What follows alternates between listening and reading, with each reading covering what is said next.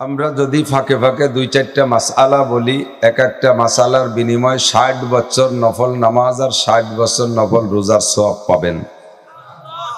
আমিও পাবো, আপনারাও পাবেন, প্রত্যেকে পাবেন। ৬০ বছর নফল নামাজ আর রোজার সওয়াব আমাদের সবাইকে ভাগ করে দেওয়া হবে না, যে একজন ১০ দিন, একজন ১৫ দিন, ১ মাস, ২ মাস, এইভাবে না। প্রত্যেকে ৬০ বছর নফল নামাজ আর নফল রোজার সওয়াব পেয়ে যাব।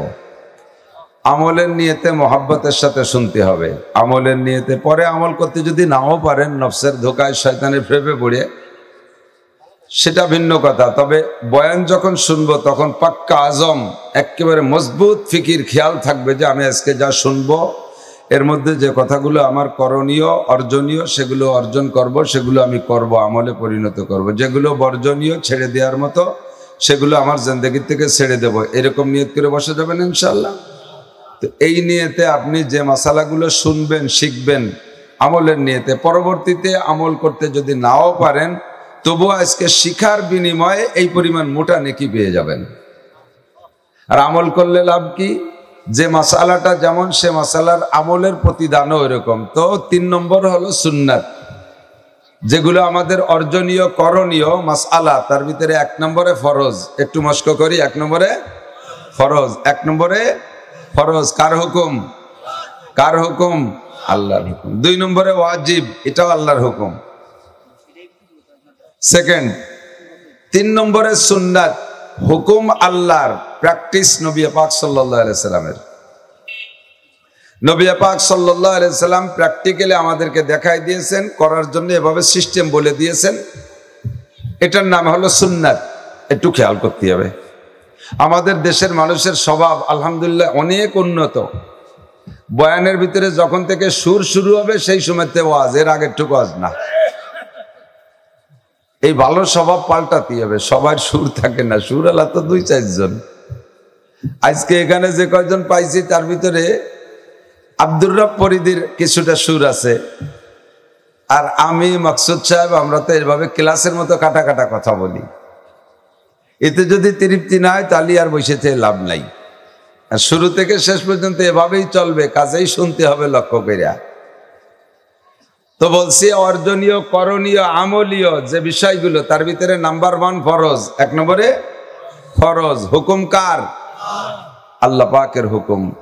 এটা আল্লাহ পাকের হুকুম, আমলের সিস্টেম শিখিয়ে দিয়েছেন নবী আলাইহিস সালাতু ওয়াস সালাম। ২ নম্বরে ওয়াজিব, এটা আল্লাহর হুকুম, সিস্টেম শিখিয়ে দিয়েছে নবী পাক সাল্লাল্লাহু আলাইহি সাল্লাম। ৩ নম্বরে সুন্নাত, সুন্নাত নবী পাকের নিজের কর্ম, নিজের ব্যক্তিগত কর্ম, এবং এটা যেগুলো হুজুর করছেন তো করছেন, না করছেন উম্মতকে করার জন্য বলছেন। তবে এই সুন্নতকে সুন্নতকে বিশ্বাস করার ব্যাপারে, সুন্নতকে আমলে আনার ব্যাপারে হুকুম রয়েছে আল্লাহর। কোরআন শরীফের হুকুম, মা ইয়ানতিকু আনিল হাওয়া ইন হুয়া ইল্লা ওয়াহয়ুন ইউহা। মুহাম্মাদুর রাসূলুল্লাহ সাল্লাল্লাহু আলাইহি ওয়াসাল্লাম নিজের পক্ষ থেকে উম্মতের জন্য একটা কথাও বলেন নাই, যতক্ষণ পর্যন্ত আরশে আজিমের মালিক তাকে শিখিয়ে না দিয়েছেন। কাজেই আল্লাহ পাক বলেন, মা আতাকুমুর রাসূলু ফাখুযুহু ওয়া মা নাহাকুম আনহু ফান্তাহু। আমার রসুল তোমাদের যাকে যেটা করতে বলে, যেটা যেভাবে করতে বলে ওইটা ওইভাবে করো, যেটা যেভাবে ছাড়তে বলে সেটা সেভাবে ছেড়ে দাও। হুকুম কার? কাজেই সুন্নতকে আমল করা যদিও সুন্নাত, সুন্নতকে বিশ্বাস করা ফরজ। সুন্নতকে বিশ্বাস করা ফরজ, আল্লাহর হুকুম। বুঝছেন না কথা? ফরজের প্রতিদান একরকম, ওয়াজিবের প্রতিদান দ্বিতীয় রকম। সুন্নতের প্রতিদানটা আমি বলি, নবী পাক বলেন, মান তামাসসাকা বিসুন্নতি ইনদা ফাসাদে উম্মতি ফালাহু আজরু মিয়াতি শাহীদ। যে সময় দুনিয়া থেকে সুন্নতগুলো ধীরে ধীরে মুসলমানদের নিজস্ব অলসতার কারণে, নিজেদের ইমানি দুর্বলতার কারণে, অথবা মুসলমানদের অপকৌশলের কারণে, অপকৌশলের শিকার হইয়া, তাদের ষড়যন্ত্রের শিকার হইয়া মুসলমানদের ভিতর থেকে সুন্নাতগুলো একে একে বিলুপ্ত হতে থাকবে। ওই মুহূর্তে যদি আমার কোনো উম্মত মোহাব্বতের সাথে সুন্নতকে জিন্দা করার লক্ষ্যে, সুন্নতকে পুনর্জীবিত করার লক্ষ্যে একটা সুন্নতের পর আমল করে আল্লাহ পাক রব্বুল আলামিন তাকে 100 শহীদের সওয়াব দান করে। না বাপ বলো বুঝতেছি না, রাস্তার দিক কেউ তাকাবো না, রাস্তার দিক তো স্রোতে আসতেছে, বক্তা তো আমরা, রাস্তা দেখে কি লাভ? কিনে আসলো না আসলো, সে আইছে একদম, না আইসে না আসবে একদম, চানাচুর খেয়ে বাদাম খেয়ে, আমরা আইছি আমাদের ইনকাম করার জন্য, কথা কর না গা। তো এই রাস্তা দিয়ে হবে কি? রাস্তা দিয়ে মোটর সাইকেল হতে কি 6 চাকা? মোটর সাইকেলে কয় চাকা? ফেরেশতারা চালায়, জিনরা চালায়, অমানুষই চালায়। তোমাকে পুরনি জানা কথা, নসিমন করিমন আলম সাধু অত চিনি জীবন ভরে, অটো মোটো ট্রাক ফিরা, এ বারবার দিয়ে লাভ কি? জীবন ভরে দেখছেন, কাল দেখবেন, রাত্রে দেখছেন, আরো দেখবেন। আমরা আজকের পরে চলে গেলি তার আমাদেরকে অনেকদিন পাবেন না, আর সামনের সিজন পর্যন্ত বাঁচবো কিনা তা তো গ্যারান্টি নাই। আর এই কথাগুলো ছুটে গেলে, এই না শুনতে, না খেয়াল করতে না করতে, এই সবগুলো আমাদের ভিতরে ঢোকে না। আসলে আমি তো মাঝে মাঝে বলি, আমরা বক্তারা খেজুর গাছ, এই মুখ একটা নালি, কোরআন হাদিসের রস পড়বে, শ্রোতারা ঠিলিয়া গাছি খেজুর গাছ কাইটা নালি লাগাই দিয়া ঠিলে পাচ্ছে, কিন্তু জুলইয়া ডিল করিয়া এই ছবি তুলিস কেন?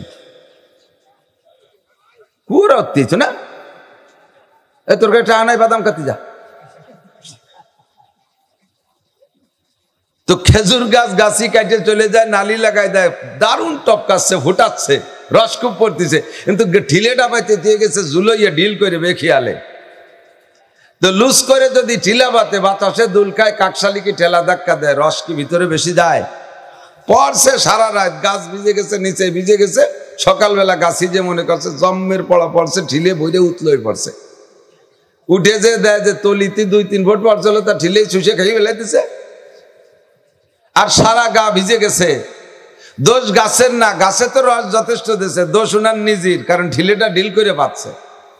বক্তারা খেজুর গাছ, মুখ নালি, কোরআন হাদিসের রস পড়বে, আমাদের যতক্ষণ টাইম দেওয়া আছে অতক্ষণ আমরা বক বক করেই যাবো, ইনশাল্লাহ রস পড়তেই থাকবে। আপনার ঠিলেটা যদি একবার এদিক ওদিক মুখ বাড়ি দুড়ি খাতি, তাহলে তেনার মাঝে মাঝে চানাচুর বাদাম খান, ওর মুহি যদি একটা আশায় দিত, ঠিলের মুহি যদি নাই, রসের ঠিলের মুহি যদি আশায় দিত, রস ভিতরে যাবে নাকি? তা আপনার মুহি বাদাম দিয়ে তুইছেন, পান দিয়ে তুইছেন, চানাচুর দিয়ে রাখছেন, তো ভিতরে রস যাবে না। আগেও খালি ঠিলে, আজও খালি ঠিলে। কাজে এই দিক লক্ষ্য করে থাকতে হবে। আমি বলি, আর পরবর্তীতে যারাই বলুক, ধীরে ধীরে এবার শেষে পারবেন। সব যদি এক পাশে হয়ে যায়, তাহলে কিন্তু নৌকো বাইয়ে জুত পাওয়া যায় না। নৌকো বাতি হলে দুই পা সমান লাগে না, লোক এক পাশে যদি বেশি কয় ভেড় ভাঙ্গায় বাইয়ে জুত পাচ্ছি না, গাড় কাজ হয়ে যাচ্ছে। এও সেই কায়দায় যদি শ্রোতার সমাহারে বসে, তাহলে আলোচনার মজা লাগে আলাদা। যারা আসবে নতুন যুবকরা, তোমরা এই পাশে আসো। যুবক কেটা কেটা দেখি, যুবক কারা কারা? যুবকরা একটু উঠে আসো। 40 কম যারা, তারা যুবক। আচ্ছা, তার চেয়ে নিচের ক্লাসে লাগে কইলাম 30 কম যারা, তারা ওঠো। যদি মাজায় প্যারালাইসিস হয় তাহলে বসতে হও, আটা দেহে বসবো যে তোমার মাজা সুস্থ আছে। আসো, উঠে আসো, এধারে আসো, আসেন আসেন আসেন, উঠে আসেন, এধারে আসেন, ফের ভাঙ্গায় বসেন। সব ওই পাশে বসলে, যেই আসো ওই ধারে বসবে। আসলে স্টেজ আলো ওই জায়গা হলে ভালো হইতো, স্টেজ বানাবেন সামনের থেকে ওই জায়গা, যাতে সবাই এসে সামনাসামনি বসে। বলতে গেলে এর ভিতরে যদি কথার মধ্যে এই প্যাসপুস ঢুকে যায়, তাহলে স্বাদ হয় না, কথার লাইন কেটে যায়। তাহলে মনে আছে নাকি কি বলছি? একটা সুন্নত, একটা মাসালা শুনলে, শিখলে আমলের দাম কত বেশি? একটা সুন্নতের বিনিময়ে 100 শহীদের সওয়াব। বহুবার শুনছেন এ কথাটা, অনেকবার শুনছেন। শোনাটা যদি অন্তর থেকে শুনতেন, তাহলে একবারই যথেষ্ট ছিল, একবারই যথেষ্ট ছিল। কতক্ষণ আমাদের ইমানের ত্রুটি, বিশ্বাসের ত্রুটি, বুঝের কমতির কারণে আমাদের এগুলো ভিতরে ঢোকে না। যদি কথার প্রতি গভীর বিশ্বাস থাকতো, তাহলে সাহাবায়ে কিরামদের মতো সামিনা ওয়া আতানা, একবার শুনবো একবারই মানবো, একবারই শুনে একবারই মানবো, ইনশাআল্লাহ জিন্দেগি ভরে আমল করব। কথা বলেন ঠিক না? আজকে থেকে মোহাব্বতের সাথে শুনবেন। যুবক, এখনই ফিতনার সময়, এখনই সুন্নতের পর আমল করা বড় কঠিন। সুন্নতের পর আমল করতে লজ্জা লাগে, আর সুন্নত ছেড়ে দেওয়ার মধ্যে ক্রেডিট আছে। যদি কলেজের যুবক জুব্ব পরে, পাঞ্জাবি পরে, পাগড়ি পরে, তাহলে তাকে সবাই খেপায়, ঠাট্টা করে, উপহাস করে, হুজুর হয়ে গেছে, ও হুজুর। সাররাও ব্যঙ্গ সালে ডাক দেয়, ও হুজুর, ও মৌলবী। এই শব্দটা যেন বাড়ি খারাপ শব্দ, হুজুর আর মৌলবী, ওরা ব্যঙ্গ করে। কতক্ষণ আবার যদি পাছা বেরোনো প্যান্ট আর গেঞ্জি একটা গায়ে দিয়ে নায়কের মতো ঘাড় মুড়াইয়া বান্দর মার্কা চুল রেখে মুড়াতে মুড়াতে হাঁটে, থ্যাংক ইউ, আরে খুব খুব ওয়েলকাম। ইংরেজিতে মশলা খায়, থ্যাংক ইউ, ওয়েলকাম। শ্যামলা শ্যামলি সবাই তারে পছন্দ করে। তাহলে সুন্নত ছেড়ে দেওয়ার মধ্যে এখন বর্তমানে ক্রেডিট দেখা যাচ্ছে, আর সুন্নত আমল করার ভিতরে বর্তমানে হাস্যকর বিষয় হয়ে যাচ্ছে, উপহাসের বিষয়, ঠাট্টার পাত্র হয়ে যাচ্ছে। কথা কোন ঠিক না? কলেজে পড়া ছেলে যদি দাড়ি রেখে ফেলে, তার মাই তারে প্রথম ধাক্কা মারে, তোর বাপ আইজো সাবালে গেল না, তুই বুড়ো হয়ে গেলি। ওর বাপের দাড়ি নেই, ছেলেতে দাড়ি রেখে বুড়ো হয়ে গেল। যুবক স্বামীতে দাড়ি রাখছে, স্ত্রী কয় তোমার আমার বড় কাকার মতো দেখা যাচ্ছে। তাহলে আর দাড়ি রাখার কায়দা আছে কোন? লাস্টে বাপও কয় যে তুই কি, তোর কি দাড়ি রাখার বয়স হয়েছে? বাপে আল্লাহর চাইতে বেশি বুঝিয়ে ফেলাইছে। ছেলের বলে দাড়ি রাখার বয়স হয় নেই, তাহলে বয়স হইলে কি মানে? বয়স হওয়ার আগে তাকে আল্লাহ তাআলা দাড়ি দিয়ে ফেলাইছে। ওর দাড়ি রাখার একটা বয়স আছে, ওর বাপ জানে, সেই বয়স এখনো হয় নাই, আল্লাহ ভুল বছর দাড়ি আগে দিয়ে ফেলাইছে। যদি কেউ বলে যে তোর কি দাড়ি রাখার বয়স হয়েছে, ওই লোকটা কাফের হয়ে যাবে। আল্লাহর কুদরতের সমালোচনা করেছে। কতক্ষণ দাড়ি দেওয়ার বয়স হয়েছে কি হয় না, এটা আল্লাহ বোঝে কি বোঝে না? বোঝে না। আমরা জন্মের সময় প্রত্যেকে মাথায় কম বেশ চুল নিয়ে জন্ম নিছি না? মায়ের পেটে 7-8 মাস ছিলাম, 8-9 মাস ছিলাম। এই 7-8-9 মাসের ভিতরে প্রথম যে 3 চিল্লা চলে গেছে 120 দিন, তার ভিতরে মানুষের বডি হয় নাই। 3 চিল্লা 120 দিন, 4 মাসের পরে হলো বডি রূপ ধারণ করছে। এরপরে ধীরে ধীরে সেটা বড় হয়েছে, বড় হইয়া মাথায় সুন্দর একটা মাথার রূপ নেছে। এরপরে মাথায় চুল গজানো শুরু করছে। আমার দিক লক্ষ্য করেন, আমার সেজু ছেলেটা জন্ম নেওয়ার পরে দেখি তার মাথায় এত বড় বড় চুল, মানে 1.5 ইঞ্চি 2 ইঞ্চি 2.5 ইঞ্চি চুল তার মাথায়। মাত্র 1.5 থেকে 2 মাস বা 2.5 মাস বয়সে মায়ের পেটে থেকে ছায়া জায়গা থেকে তার মাথার চুল 1.5-2 ইঞ্চি হয়ে গেল। যে আল্লাহ তাআলা মায়ের পেটে থাকা অবস্থায় সন্তানের মাথায় 1.5-2 ইঞ্চি চুল দিতে পারে, ওই আল্লাহ তাআলা মাতৃগর্ভে রাইখা ওর মুখে দাড়ি দিতে পারতেন কিনা? এ ক্ষমতা আল্লাহর আছে না নাই? তো আল্লাহ তাআলা মাথায় চুল দিলেন, দাড়ি কেন দিলেন না? আল্লাহ কয় চুলের মাসালা এক, দাড়ির মাসালা ভিন্ন। চুলের মাসালা হলো জন্মের পরে 7ম দিন মাথার চুল হলক কইরা চুলের ওজনে সোনার উপর সৎকা করে দিতে হবে। চুল মাথায় 7 দিনের পরে রাখা যাবে না। আর দাড়ির মাসালা হলো ও দাড়ি গজানোর পরে জীবনে আর কাটা যাবে না। দাড়ির মাসালা হলো গজানোর পরে কাটা যাবে না, এ হলো দাড়ির মাসলা। নবজাতক বাচ্চার মাথা থেকে 7 দিনের দিন চুল কেটে তার ওজনে সৎকা করে দিলাম, হয়ে গেল। কিন্তু তার মুখে যে দাড়ি যদি পেটের মায়ের পেট থেকে নিয়ে আসতো, ও দাড়ি তো কাটা যাবে না। আর সম্পূর্ণ দেহের ভিতরে যত লোম ক্যাশ আছে, তার মধ্যে সবচাইতে সম্মানী লোম হলো দাড়ি। কতক্ষণ চুল ধরলি অত বড় বিপদ না, শরীরে অন্য অন্য জায়গায় লোম ধরলি অত বড় বিপদ না, দাড়ি ধরলি পারা অপমানি শেষ। মারামারি লাগবে কি লাগবে না? লাগবে না। এই দাড়ি বড় সম্মানী অঙ্গ, এই দাড়ি গজানোর পরে কাটা যাবে না। এই দাড়ি নবজাতক বাচ্চাকে দিলে সে নিজেকে নিজে কন্ট্রোল করতে পারে না, ওয়াল কলতের পর শোয়া থাকে, পেশাব পায়খানা করিয়া সারা গায়ে অনেক সময় মাখায় নয় কি নয় না? তো ওই সময় তার দাড়ির ভিতরে যদি ময়লা যায়, পায়খানা যায়, ময়লা লাগে, তাহলে দাড়ির অসম্মানী হবে। এই জন্য আল্লাহ কয় ও এখনো দাড়ির যত্ন বোঝে না, দাড়ির সম্মান করতে পারে না, দাড়িকে কি বলা হয় সংরক্ষণ করতে পারে না, কাজেই তার জন্মের সময় দাড়ি দেওয়া যাবে না। এর সম্মানী অঙ্গ দেওয়ার একটা বয়স আছে, সেটা হলো 17, 18, 20 বছর। যে সময় সব বিভিন্ন জায়গায় ফোন টোন করা শেখে, ইত্যাদি বোঝে, ডাইন বাম বোঝে, ওই সময় সে সবটা বোঝে, কাজেই দাড়ি দিলেও বসবে, ওই সময় তারে দাড়ি দেয়। আর তার বয়স হয়ে গেছে 25, এই বয়সে দাড়ি রাখছে, তার 60 বছরের বাপ কয় যে তোর কি দাড়ি রাখার বয়স হয়েছে? তা আল্লাহর চাইতে 1 লাইন বেশি বুঝিয়ে ফেলাইছে না? যে আল্লাহর চাইতে বেশি বুঝতে চায় সে কি মোমেন না কাফের? ঈমান নষ্ট হয়ে যাবে, সাবধান, ঈমান নষ্ট হয়ে যাবে। নবী পাক বলেন আকলিস দীনাকা ইয়াকফিকাল আমালুল কলিল, তোমার ঈমানকে খাঁটি করো, ঈমানকে পিওর করো, ঈমানকে রক্ষা করো, ঈমানকে পাহারাদারি করো, অল্প আমলই নাজাতের জন্য যথেষ্ট হইবে। কয় কি এত কিছু করলাম, তার মধ্যে দিয়ে একটু কথা ঈমান চলে গেল? হ্যাঁ, একটু কথা ঈমান চলে যায়। এই কথা বুঝতেছেন আপনারা? খেয়াল করতেছেন? আসেন আমি বুঝাই। দুষ্ট ঈমান অট্টুক কথাই চলে যায়, আপনি বলবেন আমি হজ করে আসছি, আমি বছরে উমরা করি, আমি নামাজ পড়ি, আমি রোজা রাখি, আমি তাবলীগ করি, আমি চরমোনাই যাই, আমি পীরের মুরিদ, আমি মসজিদ করি, আমি মাদ্রাসা করি, আমি দান করি, আমি কুরবানি করি, ইসলামিক চাষ পড়ি, আমি এত কিছু করি, তার মধ্যে শুধু এতটুকু কইলাম যে তোর কি দাড়ি রাখার বয়স হয়েছে আর তাতে আমি কাফের হয়ে যাবো, আমার ঈমান হয়ে গেল শেষ? বলে হ্যাঁ, অবশ্যই তোমার ঈমান শেষ। ঈমান বেরোয় যাওয়ার জন্য মেলা কিছু লাগে না। এই যে বুলা বানে দেন ওই বাজারে আজকে যে খাবার বাজার আইছে, ওর ভিতরে বেলুন আছে না, যে রং বেরঙের বেলুন কিনে ভুলে ওটা হাতে নিয়ে বেড়ায় সুতো বেঁধিয়া, ওই বেলুনের ভিতরে হাওয়া দেয়, হাওয়া দিলি তো ফলে। বেলুনকে এমন শক্তি দিয়ে তৈরি করছে, তার ভিতরে টেম্পার ক্ষমতা এতটা আছে যে এই পরিমাণ হাওয়া দিলে সে ধরে রাখতে পারে, ওই পরিমাণ হাওয়া দিলে সে ধরে রাখতে পারে। ওর চেয়ে বেশি হাওয়া দিলে কি বেলুনই ধরে রাখতে পারে? আর ওর চেয়ে কম হাওয়া দিলে কি বেলুনটা পুরো ফলে? পুরো ফুলানোর জন্য পরিমাণ মতো একটা হাওয়ার মধ্যে ঢুকানো লাগে। আবার এই বেলুনের পুরো হাওয়া ধরে রাখার জন্য বেলুনের পুরো বডিটা ভালো থাকা লাগে। কথা কন না কেন? কোন জায়গায় যদি লিক থাকে তাহলে কি বেলুন ফুলবে? থাকবে হাওয়া? থাকবে না। এখন বেলুনটার সারা গা ভালো আছে, হাওয়া দিয়ে পুরো ফুলাইছেন, আর হাওয়া দিলে ফেটে যাবে, প্রত্যেক কম থাকলে বেলুন ছুটো ধরে থাকবে, পুরো ফুলা বোঝা যাবে না, তাই তো নাকি বলেন?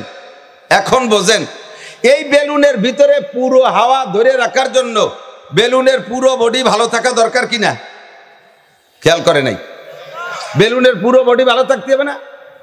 পুরো বডি ভালো আছে, কোনো জায়গা নষ্ট হয় নাই, যার কারণে বেলুনের ভিতরে হাওয়া আছে। এবার বলেন, এই বেলুনের পুরো হাওয়া বেরোয় যাওয়ার জন্য কি বেলুনের সারা গা ছিঁড়া লাগবে? সব জায়গা ফাটা লাগবে? সুই দিয়ে এক কোণে একটু হুটোইরে দিলে হুশ করে বেরোয় চলে যাবে। কতক্ষণ? এন বেলুনের যদি সারা গা, আমরা সারা গা ভালো ছিলাম, টুক জায়গা মাত্র ফুটো হয়েছে, ওতে হাওয়া কেন বেরোয় যাবে? হাওয়ার আমরা জাতি দেবো না? তোমরা যতই চিল্লেও আর মিছিল দাও, হাওয়া ধরে রাখতে পারবা? ওই এক কোনায় সুই দিয়ে কাটা দিয়ে ফুটো হয়ে দিছো, পুরো বেলুনের হাওয়া যেমন শেষ। তোমার নামাজ আছে, হজ আছে, যাকাত আছে, কুরবানি আছে, ফরজ আছে, ওয়াজিব আছে, সব কিছু দিয়ে ভরা আছে তোমার বেলুন। ও দোস্ত, বেলুনের বডি ঠিক আছে, এক কোনায় শুধু ফুটো হয়ে দিছো। তোর কি দাড়ি রাখার বয়স হয়েছে? বেলুন ফুটো হয়ে গেছে। কথা বলছেন? বেলুন শেষ, আর ধরে রাখতে পারবেন না। এতে রেজাল্ট কি দাঁড়াইছে জানেন? স্বামী স্ত্রী দুইজনের একজনে এভাবে কাফের হয়ে গেছে, স্ত্রী মুসলমান আছে, বিয়ে বন্ধন ভেঙে গেছে, বিবাহ বন্ধন শেষ। বিবাহ বন্ধন, এই কথা কইছেন, এই টাকা নাই আমাকে 10টা নিয়ে সানাসুর থেকে নড়াচড়া। এই জন্য হুজুর বলেন, আকলিস দীনাকা ইয়াকফিকাল আমালুল কালিল। তোমার ইমানকে খাঁটি করো, ইমানকে পাহারাদারি করো, ইমানকে সঠিক করো। অল্প আমলই নাজাতের জন্য যথেষ্ট হইবে। মোটা মোটা কয়েকটা আমল কইরা আপনি জান্নাতে চলে যেতে পারবেন। সাহাবায়ে কিরামদের সাথে জান্নাতি হবেন, নবী রাসূলদের সাথে জান্নাতি হবেন, বড়দের সাথে জান্নাতি হবেন। মোটা মোটা কয়েকটা আমল ঠিক রাখতে পারলে শর্ত হলো 1 নম্বরে আপনার ইমানকে ঠিক রাখতে হবে। ইমানের ঘরে যেন আগুন লাইগা না যায়, ইমানের হাতে যেন ফার লাইগা না যায়। আল্লাহ সবাইকে হেফাজত করে, বলেন আমিন। আমার উস্তাদ হযরত মাওলানা আকেল আলী সাহেব হুজুর রাহমাতুল্লাহ আলাইহি আমাদের এই ইমানের মাসালা বুঝাইতে যে বলছিলেন, বেটা আগের মানুষে আমাদের ছোটবেলায় ছিল, আপনারা বড় যারা আমাদের বয়সে যারা, তারা সকলেই সাক্ষী দিবেন। আগে ঢেকিতে ধান বানতো না, ঢেকি সেটা ধান। আমি ক্লাস 5 পর্যন্ত স্কুলে পড়েছি। আমি ছোটবেলা থেকে মায়ের পাশে খুব খেদমত করতাম, মায়ের সাথে কাজ করতাম। আমি সকালবেলা 5 অথবা 1 পৈকা, আমাদের যে পৈকা কয় তো, 1 পৈকা ধান ঢেকিতে ফারাইয়া চাউল বানাই দিয়ে স্কুলে যাইতাম। তো এই ছোটবেলায় দেখতাম ঢেকিতে ধান বানানো, আমরাও বানছি। ঢেকিতে ধান ছাঁটাই করার জন্য সিস্টেম হলো 2 জনের কাজ, একজন ঢেকি ফারাবে আর একজন আলিয়ে দেবে, নাকি বলেন? আইলিয়ে দিয়া পর্যন্ত পরিচর্যা করে যে তারা আইলিয়ে দিয়া কয়। আস্তে আস্তে এগুলো থাকবে না, ডেকি চাল না থাকলে আইলিয়ে বসবে কি এর? আজকে বাটিয়ে ভাড়া বসে এই মানে পুরনো ভাষা বিলুপ্ত হয়ে যাচ্ছে, আমাদের আঞ্চলিক ভাষা বিলুপ্ত হয়ে যাচ্ছে। তাই বলতে যাইয়া একজন মেজরের সাথে বসে গল্প করতেছিলাম, বলে শুধু একটা ভাষা 7টা প্রমোশন পাইছে, লাস্টে আছে এখনো যেখানে দাঁড়াইছে, এরপরে আর আছে কিনা তো আমরা জানি না। ছোটবেলায় কেউ যদি পায়খানা আসতে শুনতাম মুরব্বীরা কত জ্বালা ভিত্তি গেছে, মনে আছে নাকি? তারপরে এমনি আকতি যাটা সবসময় আছে রানিং, ওটা ধরার বিষয় না। 1 নম্বরে যারা ভিত্তি যা, তারপরে কত পাইখানা টাট্টিতে গেছে, তারপরে কইতো পায়খানায় গেছে, এরপরে কইতো ল্যাট্রিনে গেছে, এরপরে কইতো টয়লেটে গেছে, এরপরে 6 নম্বরে কয় বাথরুমে গেছে, এখন কয় ওয়াশরুমে গেছে। প্রমোশন হয়েছে না ভাষার? তো পুরন পুরন সব শেষ হয়ে বিলুপ্ত হয়েছে। আমি মাঝে মাঝে কিছু জ্বালাই করি, আমার ভালো লাগে। এখন পোলা পান্ডে যদি খাই শাপলাবাজি ভাত খাবি তাহলে বোঝে, যদি কে নাইল রেন্দা দিয়ে খাবি তাহলে টেরও পায় না। মুড়ি কইলে চেনে, উড়ুম কলি চেনে না, জল কইলে চেনে, সালুন কলি চেনে না, ঠিক না? তো এই পুরান ভাষার ভিতরে দোস্ত দেখিতে আমাদের দান বানা, এটা এখন বিলুপ্তির পথে। তো ওই জায়গায় দুইজনের কাজ, একজনে ভাড়ায় আর একজনে আইলিয়ে দেয়। ফারানুওয়ালার এক কাজ, শুধু ডেকিরে লাইতে হবে। আর আইলিয়ে দিয়ালার 5 কাম। 1 নম্বর কাম আইলিয়ে দিয়া। আইলিয়ে দেওয়ার মধ্যে আবার ক্লাসিফিকেশন আছে, ফাল্টা, শাল্যে, কাড়া, মনে আছে নাকি? এই আইলিয়ে দিয়া মহিলা এতগুলোর পরিচর্যা করতেছে। 1 নম্বর কাজ দেখেন, দেখি তো অবিরাম ফারাই যাচ্ছে।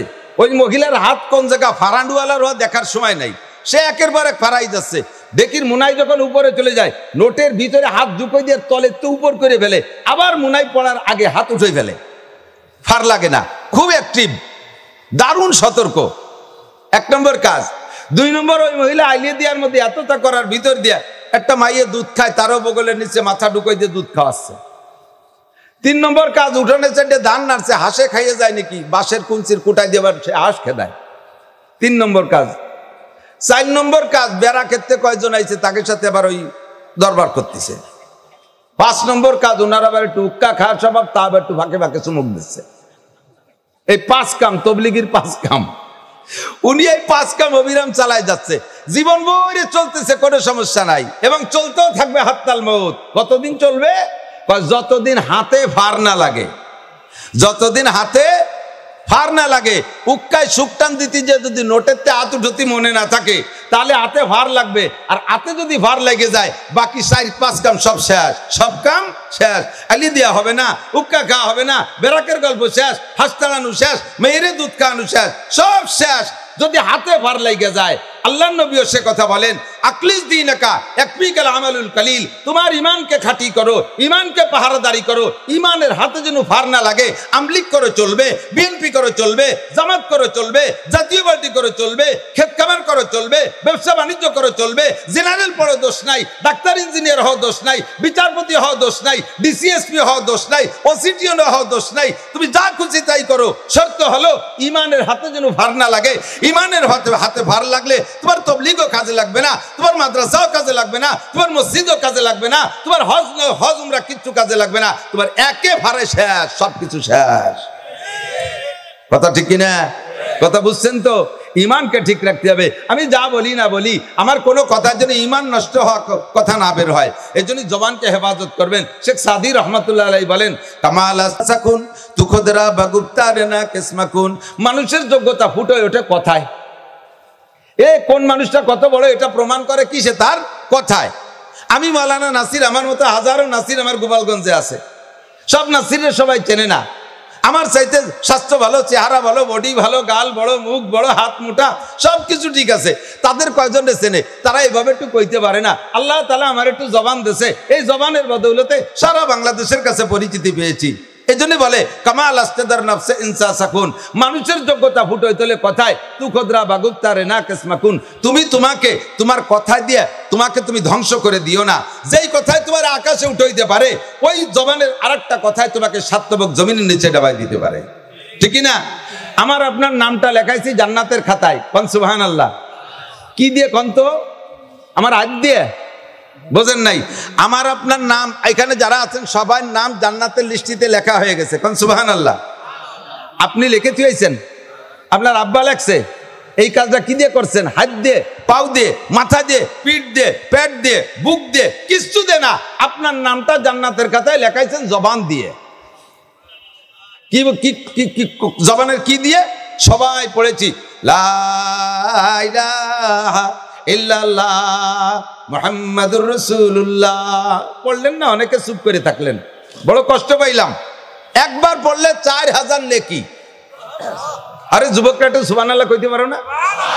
নির্বাচন দেরি আছে, তোমাদের স্লোগানের গলা এত তাড়াতাড়ি ঠিক রাখা লাগবে না। আজকে তোমরা কলেমার স্লোগান, সুবহানাল্লাহ স্লোগান, একবার লা ইলাহা ইল্লাল্লাহ মুহাম্মাদুর রাসূলুল্লাহ পড়লে 4000 নেকি। কোন সুবহানাল্লাহ।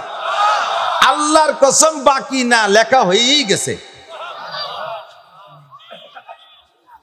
প্রত্যেকটা ইবাদতের প্রতিদান যেটা আল্লাহ তাআলা দেওয়ার ওয়াদা করেন, ওইটা বান্দা আমল করার আগে নিয়ত করার সঙ্গে সঙ্গে নেকি লেখা হয়ে যায়।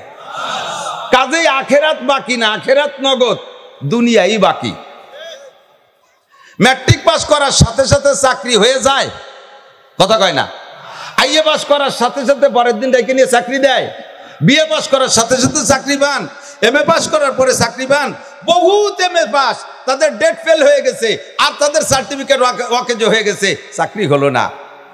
দুনিয়ার অন্যান্য কিছু করে খাচ্ছে।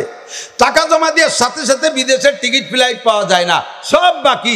টাকা জমা দেওয়ার সাথে সাথে মেম্বার হওয়া যায় না, চেয়ারম্যান হওয়া যায় না, এমপি হওয়া যায় না, সব বাকি। পাট বুনেছেন সকালে বিকেল বেলা কাটিয়ে আনা যায় না, ধান লাগাইছেন সকালে বিকেল বেলা কাটিয়ে আনা যায় না, 6 মাস 3 মাস 4 মাস পর্যন্ত বাকি। দুনিয়ার সব বাকিরে বিশ্বাস করেন, কিন্তু আখেরাত এত নগদ, এইটা মোটেকের বিশ্বাস হয় না। আখেরাতই নগদ, আল্লাহর যেটা ওয়াদা সেটা আল্লাহ নগদ দিয়ে থাকে। বলেন লা ইলাহা ইল্লাল্লাহ, লা ইলাহা ইল্লাল্লাহ, লা ইলাহা ইল্লাল্লাহ মুহাম্মাদুর রাসূলুল্লাহ। তামলাউল মিজান তামলাউ মা বাইনাস সামাই ওয়াল আরদ। আসমান আর জমিনের মাঝখানে যত ফাঁকা জায়গা আছে, বন্ধুরে এক কলেমায় নেকি দ্বারা আল্লাহ পাক তোমার আমলনামা ভইরা দেছে। আমার নামটা জান্নাতের খাতায় লেখাইছি, আমার হাত দিয়ে লেখাই নাই, আমার চেয়ারম্যান মেম্বারের দিয়ে লেখাই নাই, এটা লেখাইছে আমার জবানের কলেমা দিয়া। তাহলে আমি কোথায় চলে গেছি? এই জবান দ্বারা আমি জান্নাতে চলে গেছি। কোন সুবহানাল্লাহ। আবার এই জবান দিয়ে আপনি জাহান্নামে চলে যেতে পারেন যদি বলেন লা ইলাহা ইল্লাল্লাহ মানি না, সর্বনাশ, কাম হয়ে গেল। কতক্ষণ সতর্ক থাকবো, ইমানকে হেফাজত করব। আল্লাহ পাক আমাদের কবুল করে, বলেন আমিন। প্রতিকূল পরিবেশ, ইবাদত করলে বেশি খুশি হয়। আবহাওয়াটা ভালো থাকলে, মাঠটা সুন্দর শুকনো থাকলে মানুষ আরো বেশি হতো। বৃষ্টিতে হয় কি হয় না, কাদা কিচের মধ্যে বসবো কোন জায়গায়, এই সন্দেহ অনেকে আসবো করে আসতেছে না, আবার অনেকে আছে একটু দেরি করে আসবে। হাদিস কোরআনে, আল্লাহর কোরআনে বলেন আস-সাবিকুন আস-সাবিকুন উলাইকাল মুকাররাবুন। প্রত্যেক ভালো কাজে যারা আগে আসে তারা আল্লাহ পাকের অতি নিকটতম বান্দা, তারা নৈকট্য অর্জন করলো। আল্লাহ পাক রব্বুল আলামিন তাদের সম্মান আলাদাভাবে বেশি করে দিয়ে থাকেন। কন্যা সুবহানাল্লাহ। আপনারা বেশি সম্মানে সম্মানিত হবেন। 2 নম্বর হলো, প্রতিকূল পরিবেশে ইবাদত করলে আল্লাহ তাআলা নেকি বেশি দেয়। যেখানে ইবাদত করা কঠিন, আমার দিক, যেখানে ইবাদত করা কঠিন ওই জায়গা ছোট মোটো ইবাদত করলে 1 বস্তা নেকি পাওয়া যায়। সুবহানাল্লাহ। আমি একটা উদাহরণ বলি, আমার দিক তাকান। আমরা মাদ্রাসায় আছি, আমাদের এখানে 2টা মাদ্রাসা, মহিলা মাদ্রাসা, পুরুষ মাদ্রাসা। আমারও গ্রামে, আমার সুলতান শাহীও 2টা মাদ্রাসা। মহিলা শাখায় 500 ছাত্রী, 19 জন শিক্ষিকা। পুরুষ শাখায় 500 ছাত্র, 27 জন শিক্ষক। এই পুরুষ মহিলা 2টা প্রতিষ্ঠান। পুরুষ শাখার ভিতরে একজন মহিলা শিক্ষিকা নাই, মহিলা শাখার ভিতরে একজন পুরুষ শিক্ষক নাই, সব মহিলা। মহিলারা সারা বছর পর্দা করতে পারে, একজন পুরুষের মুখ দেখে না। আমরা পুরুষ শাখায় সারা বছর পর্দা করতে পারি, একজন মহিলার মুখ দেখা লাগে না। বছরের শুরু থেকে শেষ পর্যন্ত আমার কোনো ছাত্র শিক্ষক যদি মাদ্রাসার 4 দেওয়ালের মধ্যে থাকে, তাহলে সে একটা গুনাহ থেকে আল্লাহর রহমতে নিরাপদ থাকবে, সেটা হলো তার বেপর্দা করা লাগবে না। কতক্ষণ? এখন আমার এই শিক্ষক সারা বছর মাদ্রাসার মধ্যে থাকলো, ছাত্র শিক্ষক বেপর্দা করে নাই, এই বলে ক্রেডিট দেখাচ্ছে, খুব গর্ব করতেছে। আমি সারা বছরের ভিতরে একজন মহিলার মুখও দেখি নাই, আমি বেপর্দা করি নাই, ফেরেশতা আমার এই বেপর্দার গুনাহ লিখতে সুযোগ পাই নাই, এই বলে গর্ব করতেছে। কেন? কয় তো তুমি বেপর্দা করো নাই কেন? কয় আমার সামনে কোনো মহিলা আসে নাই, তার বেপর্দা করবো কি? বুঝেন? এই হুজুর 100 বছর মাদ্রাসায় থাইকা বেপর্দা না করে পর্দার পর আমল করে যে নেকি পাবে, কলেজের একটা শিক্ষক বা ছাত্র যেখানে সহশিক্ষা আছে, ওই জায়গার একজন শিক্ষক যদি মাত্র 2টা ঘন্টা সে বলতে পারে যে আমি 2 ঘন্টার ভিতরে কোনো মেয়ের চেহারা দেখি নাই, তাহলে এই হুজুর 100 বছর পর্দা করে যে নেকি পাইছে, ওই ছেলে ওই শিক্ষক মাত্র 2 ঘন্টায় তার চেয়ে বেশি নেকি পাবে। কারণ এনারে এখানে মহিলা নাই, তার পর্দা করবে কি দিয়ে? আর সে জায়গায় মহিলারা গাড়ির পরে ঠাইসি ধরে, গাড়ির পরে চেপে ধরে। জোর করে পোলাপানের সাথে কথা বলে না, কথা বলতে না চাইলেও সামনের পাড়ায় এসে বসে, ওই জায়গা পর্দা করলে এই জায়গা পর্দার চাইতে বেশি নাকি, কারণ ওটা প্রতিকূল পরিবেশ, ওখানে ইবাদতের পরিবেশ না, করছে বিদায় আল্লাহ তাআলা তাকে এই পরিমাণ মোটা নেকি দান করবে। কোন সুবহানাল্লাহ। আমি যদি বলি আমি জীবনেও কোনোদিন ঘুষ খাই না, আমি কোনোদিন আসামিকে কাছ থেকে ঘুষ খাই নাই, তাহলে কেন খান না? আমি পুলিশি চাকরি হই না, তা ঘুষ দেবে কিনা আমারে? তাহলে আমি এই যে আসামির কাছ থেকে ঘুষ খাই না, এই কথার মধ্যে কোনো ক্রেডিট নাই।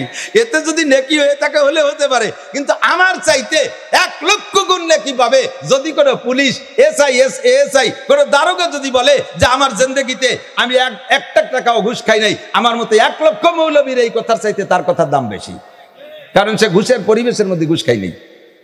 কতক্ষণ? আল্লাহু আকবার। আমি যদি বলি আমি রাস্তাঘাটের এই কন্ট্রাক্টের কাজের কোনোদিন কোনো পিস্টিজ মারিয়ে খাই নাই, কোনো ব্রিজ কালভার্ট মারিয়ে খাই নি, এগুলো আমি কোনোদিন খাই না। বলে কেন খান না? কাজে আমি কন্ট্রাক্টই নেই নি, তা আমি কন্ট্রাক্ট নেই নি, তার খাবো কোন জায়গাতে? এ কথা যদি বলে কোনো কন্ট্রাক্টর যে আমি মারিয়ে খাই না, তাহলে সে আমার চাইতে বুজুর্গ, সে আব্দুল গফফার সাহেবের চাইতে বুজুর্গ, সে অনেক পীর সাহেবের চাইতে বুজুর্গ। আমি যদি বলি টোন মারিনে, মন মারিনে, রাস্তা মারিনে, খাল মারিনে, বিজিএফ কার্ড মারিনে, পঙ্গু ভাতা, বিধবা ভাতা, বয়স্ক ভাতা, করোনা ভাতা, এগুলো আমরা মারিয়ে খাই না। কেন খান না? কয় যে অতা মারাতে আসে না, তার খাবো কি? এই কথা যদি কোনো চেয়ারম্যান মেম্বার সত্য কথা বলে টিকে যেতে পারে, তাহলে আমার মতো হাজার মৌলবীর চাইতে ওই চেয়ারম্যান আল্লাহর কাছে এই ক্ষেত্রে দামি, যে সে জাতির হক তার কাছে আসা সত্ত্বে, সুযোগ পাওয়া সত্ত্বে খাই নাই। কথাক্ষণ ঠিক না? এর নাম হলো প্রতিকূল পরিবেশে ইবাদত করলে আল্লাহ পাক খুশি হয়। আবহাওয়া যদি ভালো থাকতো অনেক মানুষ আসতো, যে কোনো জায়গা বসা যেত। এখন বসতে গেলে একটু বিবেচনা করে বসা লাগে, শুকনো না ভিজা, পানি না ঠান্ডা, কি আছে ইত্যাদি। এর ভিতরে কষ্ট করে বসছেন যারা, শুকনো পরিবেশের মাহফিলের চাইতে 100 গুণ বেশি নেকি পাবেন ইনশাআল্লাহ। আমার অল্প সময়ের ভিতরে আমি 2টা কথা বলার ফিকির করে আসছি, সেটা হলো যার শুরু ভালো তার শেষ ভালো। এটা আমার সাথে সহযোগিতা করতে হবে। যার শুরু ভালো তার, আর যার শেষ ভালো তার সব ভালো। যার শেষ ভালো তার সব ভালো। শুরুটা ভালো হতে হবে, শেষটা ভালো করতে হবে। শুরু আর শেষ যদি ভালো হয়, তাহলে আল্লাহ পাক বলেন যে তোমার সব ভালো। যেমন উদাহরণ আসেন, এদিক তাকান। আল্লাহ, আমরা বিছানায় শোয়ার সময় শুরুটা আল্লাহ পাক রব্বুল আলামিন ভালো দেখেন এবং শেষটা ভালো দেখেন। শুরু আমরা রাত্রে শোয়ার সময় শোব কিভাবে? ডান কাত হইয়া, উত্তর সিতেনে পারলে আমরা বাংলাদেশের মানুষ, আমাদেরটা আমরা বলছি দিক হিসেবে কিবলামুখী হয়ে শোয়া সুন্নাত। খেয়াল করে না? করতেছেন? কিবলামুখী হয়ে শোয়া সুন্নাত। তো আমরা এই কাবার থেকে পূর্ব দিক যারা, আমাদের শোয়ার সময় কিবলামুখী হয়ে শুইতে হলে উত্তর সিতেনের ডান কাত হয়ে শুইলে সুন্নতি শোয়া হয়, কিবলামুখী হয়। ঠিক আছে না? অনেকে ভয়তে উত্তর দিক সিতেনে শোই না, খাটে অন্য দিক ঘুরেছে, কেন হলো মরার দিক, উত্তর দিক বলে মরার দিক। তুমি যে দিক শো, তোমার মরণ এসে গেলে কি ঠেয়ানো যাবে? আর মরার পরে উত্তর দিক মাথা দেওয়া লাগবে কি লাগবে না? আগের থেকে মরার অ্যাটেনশন নাও, প্রস্তুতি নিয়ে শো। সুন্নতি মোহাম্মদী ফিগার, আমার দিক তাকান, আমার বডির দিক তাকান, একের হুবহু আমার বডির দিক তাকান।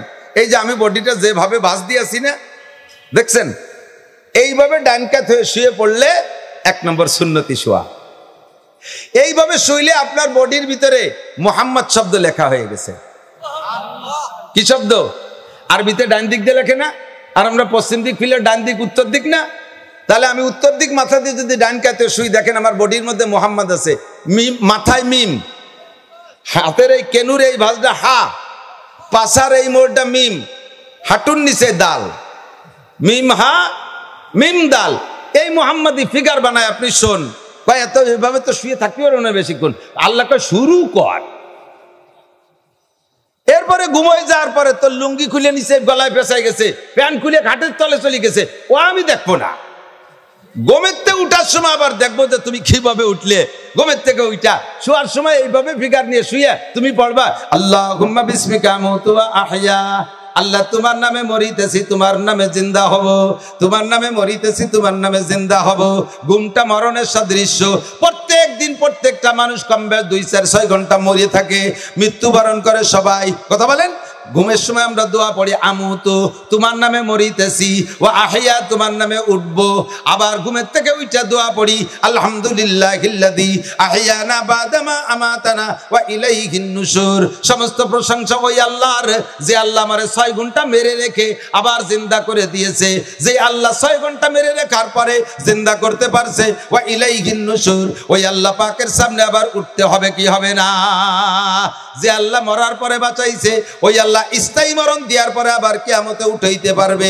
এই হলো তোমার শেষ শোয়াটা হয়েছে সুন্নতি শোয়া। উঠে আবার ঘুমের থেকে এই দোয়াটা পড়ছো, মাঝখানে তোমার লুঙ্গি খুলে গেছে, মাঝখানে চিত হয়ে শুইছো, কখনো কখনো ঘুমের মধ্যে উবুর হয়ে গেছো, এগুলো সব সুন্নতের খিলাফ। ওইটা আল্লাহ পাক রব্বুল আলামিন ধরবেন না, আল্লাহ ধরবেন শুরু আর শেষ। খানা খাওয়ার শুরুতে বসবেন সুন্নতি বসা, শুনতেছেন আপনারা? খানা খাওয়ার শুরুতে বসবেন কিভাবে? সুন্নতি বসা বসবেন। আপনি যেমন আমাদের বিচার বলছি, স্যার মোটা হয়ে গেছেন, বয়স্ক হয়ে গেছেন, এখন ওনার নিচে দস্তারখান বিছায় বসে খাইতে কষ্ট হয়, ওনাকে একটু চেয়ার টেবিলে খাওয়াই লাগে, উনি অসুস্থ মানুষ। তো বসার সময় কষ্ট করিয়া প্রথমবার একটা হাঁটুরে ভাঁজ দিয়ে উঠাইয়া চেয়ারের উপরে একটা হাঁটুকে এরকম উঁচু করে দিয়ে 1-2 লুকমা খান, শুরুটা হয়ে গেলে সুন্নত। পারতেছেন না, নামায় দেন।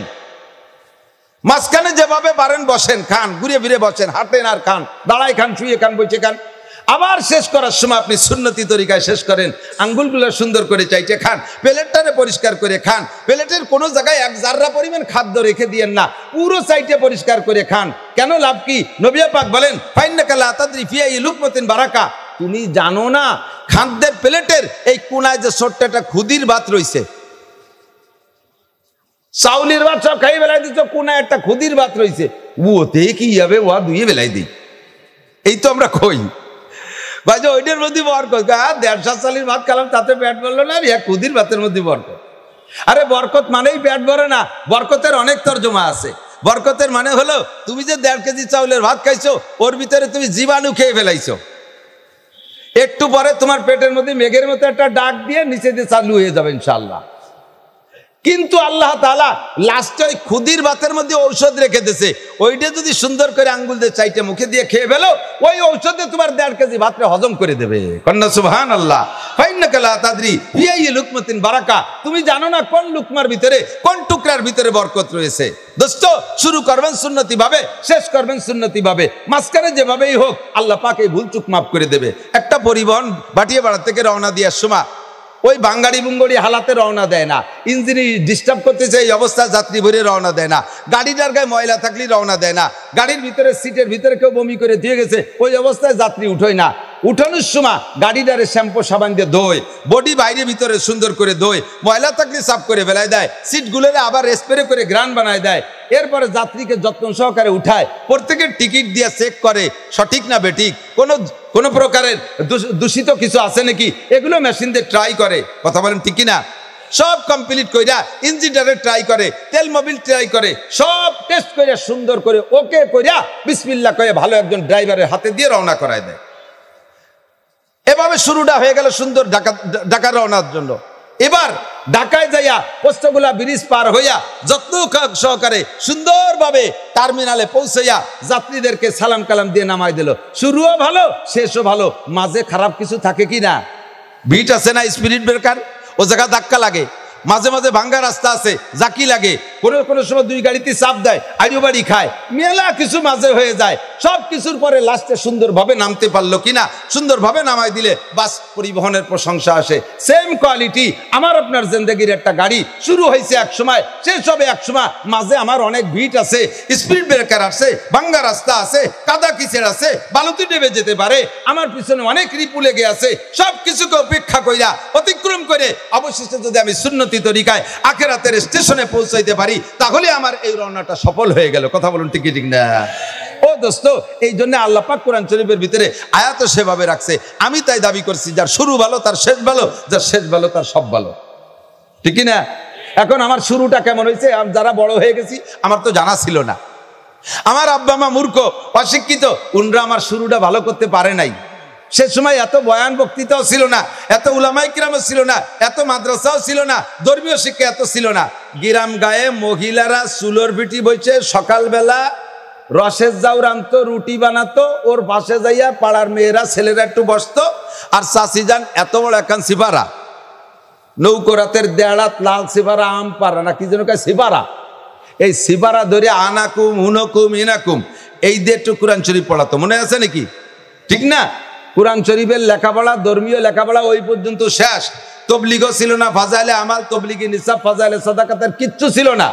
এত উলামায়ে কিরাম ছিল না, দুই একজন আছে মাঝে মাঝে পেশাবরা মুরিদ বানায় একটু ওয়াজ নসিহত করে চলে যেত। যার কারণে আমাদের শুরুটা যতটা ভুল হয়েছে, এখন শিক্ষার যুগে আমাদের পরবর্তী জেনারেশন যারা আসবে তাদের শুরুটা যদি আমরা ভুল হতে দেই, কিয়ামতে আমরা আল্লাহর কাছে জবাব দেওয়া লাগবে। লাগবে কি লাগবে না? আল্লাহ পাক রব্বুল আলামিন বলেন, ইন্নামা আমওয়ালুকুম ওয়া আওলাদুকুম ফিতনা, তোমাদের সম্পদ, তোমাদের সন্তান, এদিক তোমাদের সম্পদ, তোমাদের সন্তান, এই দুটি তোমাদের পরীক্ষার ক্ষেত্র। সম্পদ দিয়ে পরীক্ষা দেওয়া লাগবে, সন্তানের ব্যাপারে পরীক্ষা দেওয়া লাগবে। সম্পদ কিভাবে ইনকাম করেছো, কোথায় খরচ করেছো, সন্তান কিভাবে জন্ম দিয়েছো, তার পরিচালনা কিভাবে করিয়া কতটুকু আগায় দিয়ে রেখে আসছো তুমি আব্বা, জবাব দিয়ে যাও। কুল্লুকুম রাইন, তোমরা সকলে রাখাল। রাই মানে রাখাল। কুল্লুকুম রাইন, আমি একেবারে গ্রাম্য বাংলায় যাকলি সহজে বোঝা যায়। তোমরা সকলে রাখাল। অকুল্লুকুম মাসউলুন আন রাইয়াতিহি, যাকে যতটুকু রাখালির দায়িত্ব দেওয়া হয়েছে তার থেকে ততটুকু রাখালি বুঝে নেওয়া হবে। সহিহ হাদিস বুখারী শরীফের কথা বুঝছেন না? বাংলা বুঝছেন তো? সকলে রাখাল। আপনি বাড়ির রাখালরে 5টা গরু দিয়ে পাঠাইছেন ডাঙ্গায়, ডাঙ্গায় তো কয় মাঠে, চকে। আপনি বাড়ির 5টা গরু দিয়ে রাখালরে মাঠে পাঠাইছেন, সন্ধ্যাকালে রাখালের কাছে 5টা গরু বুঝে নেন না? কথা কয় না? 1 নম্বরে গরু 5টার সংখ্যা ঠিক আছে কিনা, 2 নম্বরে তাদের শরীর স্বাস্থ্য ঠিক আছে নাকি না পরের গরুটি গুতে এবার চামড়া ছিঁড়ে ফেলাইছে, শিংগুলো ঠিক আছে নাকি গুতো গুতিয়ে শিং ভেঙে নিয়েছিস, 3 নম্বরে খাওয়াইছিস কিনা পেট ভরিয়ে নাকি পেট চিংড়িয়ে দড়িয়ে রয়েছে, ইত্যাদি হিসাব নিয়া ওই গরু কাটারে গোয়াল ঘরে বাঁধেন। যদি 5টা গরু সুন্দরভাবে যত্ন সহকারে রাখালে বাড়ি এনে গোয়ালি বাঁধতে পারে, তাহলে রাখালের উপরে মালিকের প্রশংসা, থ্যাংক ইউ, ধন্যবাদ। আগে যারা আসছে তারা এরকম করে নাই, এর জন্যই তো 6 মাস পর পর তাকে চাকরি ছুটি গেছে। তুই আল্লাহ বাসারি মরার পরে 10 বছর থাইস। কুচিতি কুচিতি করে ফেলেছে। ও ভালো কথা কন। যদি কয় কাকা গরু তো বড় সাইডে আনছি, সে ছোট বাছুরটারে আসরে ভরেতে পাই নেই, ছোট বাছুরটা আসরে ভরেতে পাই না, ওরা কি খাতি দেবে? শয়তান, 3 দিন চাকরি হতে না হতে আমার বাছুর আড়াইছে, তুই তো পুরো গরু আড়াই ফেলবি কয়দিন পরে। বুঝলো? হেরিকেনের টাতে দিন আমার দেশে যে গরু তালাশ করে আনবি, বাছুর আনতে পারলে আসবি, নাহলে তোরে বেশি বাছুর কিনবো। কবেন কি কবেন না? সেম। আর দুনিয়া দারুল মিসাল, উদাহরণ দিলে কথা বুঝতে ভালো, তাই বলছি দোস্ত। কুল্লুকুম রাইন, আপনি সবাই রাখাল। আব্বা ফ্যামিলির সদস্যদের রাখাল, আব্বা নাই বড় ভাই রাখাল, বড় ভাই নাই মেজো ভাই রাখাল, মেম্বার সাহেব ওয়ার্ডের রাখাল, চেয়ারম্যান সাহেব ইউনিয়নের রাখাল, এমপি সাহেব সিটের রাখাল, মন্ত্রী সাহেব মন্ত্রণালয়ের রাখাল, হেড স্যার হাই স্কুলের রাখাল, হেড স্যার প্রাইমারির রাখাল, প্রিন্সিপাল স্যার কলেজের রাখাল, ভাইস চ্যান্সেলর বিশ্ববিদ্যালয়ের রাখাল, মুহতামিম সাহেব মাদ্রাসার রাখাল। সকলকে এই রাখালির জবাব দেওয়া লাগবে। তোমার অধীনে যাদেরকে দিয়েছিলাম সবগুলো আনো। আপনি নিয়ে গেছেন, আল্লাহ এই যে আমার স্ত্রী, এই যে আমার বড় বউ, এই যে আমার মাঝে বউ, এই যে আমার জামাল, এই যে আমার কামাল, এই যে আমার সালেহা, এই যে আমার খাদিজা। আল্লাহ কয় ডলি, হ্যাঁ যেটা আসরে বাড়িতে পাচ্ছি না, ডলিরে আসরে বাড়িতে পাচ্ছে না। অনেক গেছে গিয়ে চলো কলেজ ওই শিক্ষা সফরে কুয়ো কাটা হইতে ফিরে আসিনি।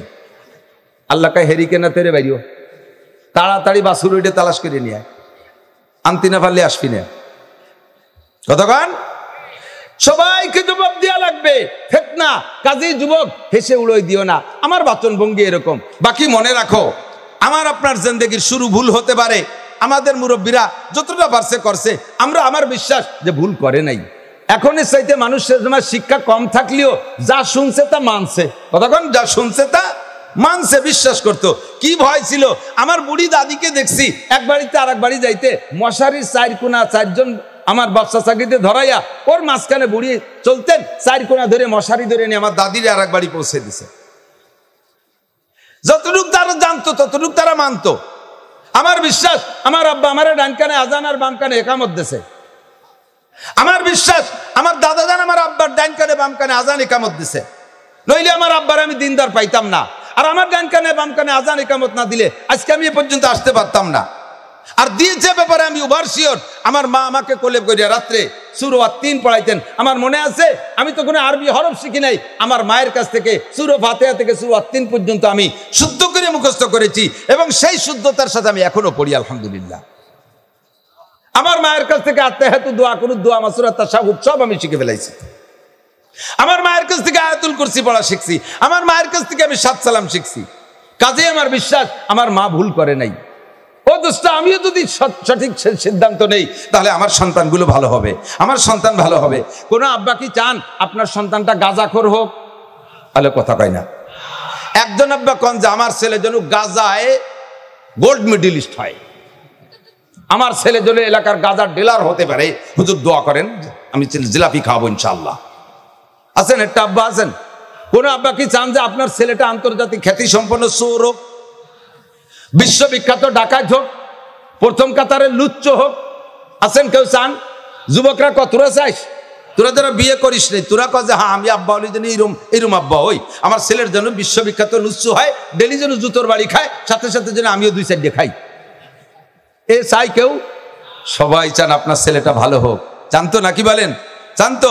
এই ভালো হওয়ার শুরুটা আল্লাহর নবী যেভাবে সিদ্ধান্ত দিয়েছে ওই সিদ্ধান্ত অনুযায়ী যদি গড়ো তাহলে শুরুটা ভালো হবে, ইনশাআল্লাহ শেষটাও ভালো হবে।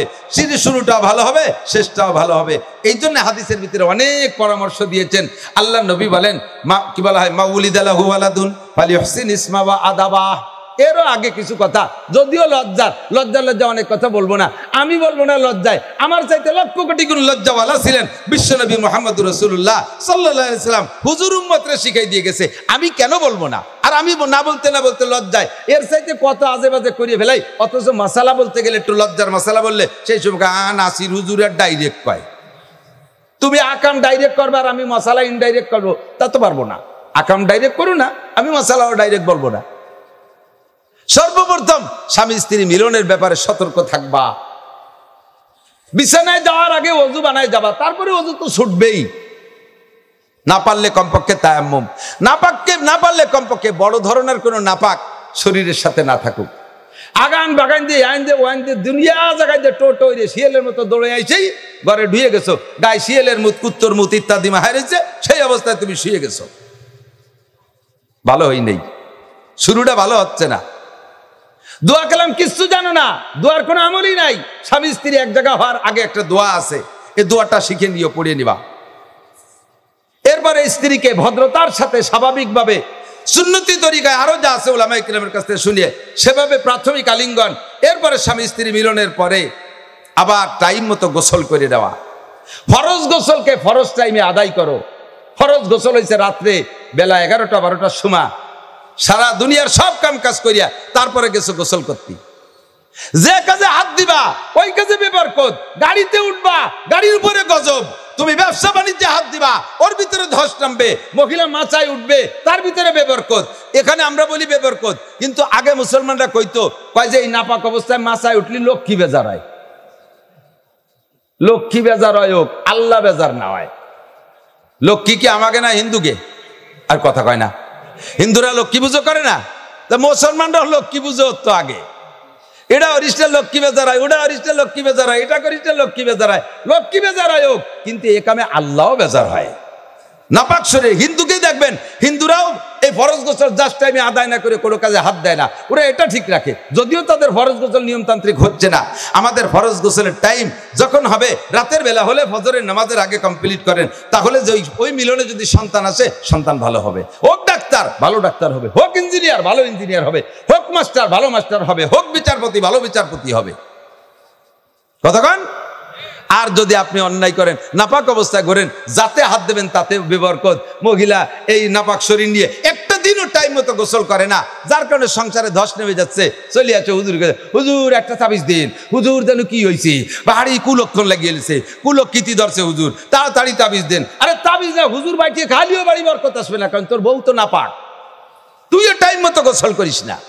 আর এরপরে দুইজন গোসল করতে যায়, কসাল খাতি খাতি নদীতে যায়, দুনিয়ার মানুষ জানে। এটা তো লজ্জার ব্যাপার, যদিও আন্তর্জাতিক পরিচিত ব্যাপার, তবে লজ্জাস্কর ব্যাপার বিধায় রাতের বেলায় সেরে ফেলতে হবে, গোপনে সেরে ফেলতে হবে। এরপরে স্ত্রী যদি গর্ভবতী হয়েই যায়, তা তো জানেন না যে কোন দিন হবে। স্ত্রী গর্ভে আসার পরে, সন্তান গর্ভে আসার পরে স্ত্রী কোনো আজে বাজে মানুষের সামনে না যাওয়া, এক কথায় কাহারও সামনে না যাওয়া। যেই 14 জনের সাথে বিয়ে হারাম, ওই 14 জনের শুধু মুখমণ্ডল, হাতের কবজি, পায়ের টাকনু নিচে চোখ দেখাইতে পারবে, তাই ছাড়া শরীরের অন্য কোনো অঙ্গ দেখাইতে পারবে না। গায়ে জামা আছে, উন্না ছাড়া বুনে ভাইয়ের সামনে ঘুরতেছে, মেয়েতে বাপের সামনে ঘুরতেছে, যুবতী মেয়ে, যুবতী বোন, গায়ে উন্না নাই, টাইট ফিটিং পোশাক, চরম বেহায়া। এই বাপের সাথে জিনার গুনাহ, ভাইয়ের সাথে জিনার গুনাহ লেখা হইতে তালে আছে। বাচ্চা পেটে আসার পরে বুজুর্গানে দিনের তাজরেবা, কোন আল্লাহওয়ালা মানুষের সামনে গেলে তো তারা চোখ তুলে তাকাবে না। যে ধরনের মানুষের সামনে পড়বা তাদের নজর যেমন হবে, বাচ্চার উপরে সেই রকম ক্রিয়া পড়ার সম্ভাবনা থাকে।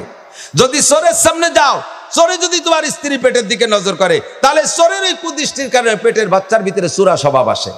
ডাকাতির সামনে গেলে ডাকাতি স্বভাব, লুচ্চর সামনে গেলে লুচ্চর স্বভাব। তাহলে পিসাবের সামনে যাবো, যাবা, পিসাব তো তোমার বউরে দেখবে না, কিন্তু আর জায়গার সামনে যাবা, তারা তো না দিয়ে ছাড়বে না। বাচ্চা পেটে নিয়ে কুয়াকাটা যায়, বাচ্চা পেটে নিয়ে নিরিবিলি পার্কে যায়, বাচ্চা পেটে অবস্থায় শিক্ষা সফর করে, বাচ্চা পেটে নিয়ে বাজার ঘাট করে। এই বাচ্চা কখনো ভালো হতে পারে না। আন্নাজরু আল আইনু হাক্কুন, পরিষ্কার সহিহ হাদিস, আল আইনু হাক্কুন, চোখের একটা ক্রিয়া আছে। হযরত ইউসুফ আলাইহিস সালাতু ওয়াস সালামের চেহারা তো পূর্ব চেহারা ছিল, ওনার চেহারার উপরে যাতে মানুষের কুদৃষ্টি না লাগে, এর জন্য ইউসুফ আলাইহিস সালামের আব্বাজান ইয়াকুব আলাইহিস সালাতু ওয়াস সালাম ইব্রাহিম আলাইহিস সালাতু ওয়াস সালামকে নমরুদের আগুনের ভিতরে ফেলাইলে জিবরিল আলাইহিস সালাম জান্নাত থেকে যে জামাটা আইনা ইব্রাহিম আলাইহিস সালামকে পরাই দিয়েছিলেন, ওই জামাটা ইব্রাহিম আলাইহিস সালাম দিয়েছিলেন ওনার ছেলে ইসহাক আলাইহিস সালামকে, ছোট ছেলে ইসহাক আলাইহিস সালাম ওইটা দিয়েছে ওনার ছেলে ইয়াকুব আলাইহিস সালামকে।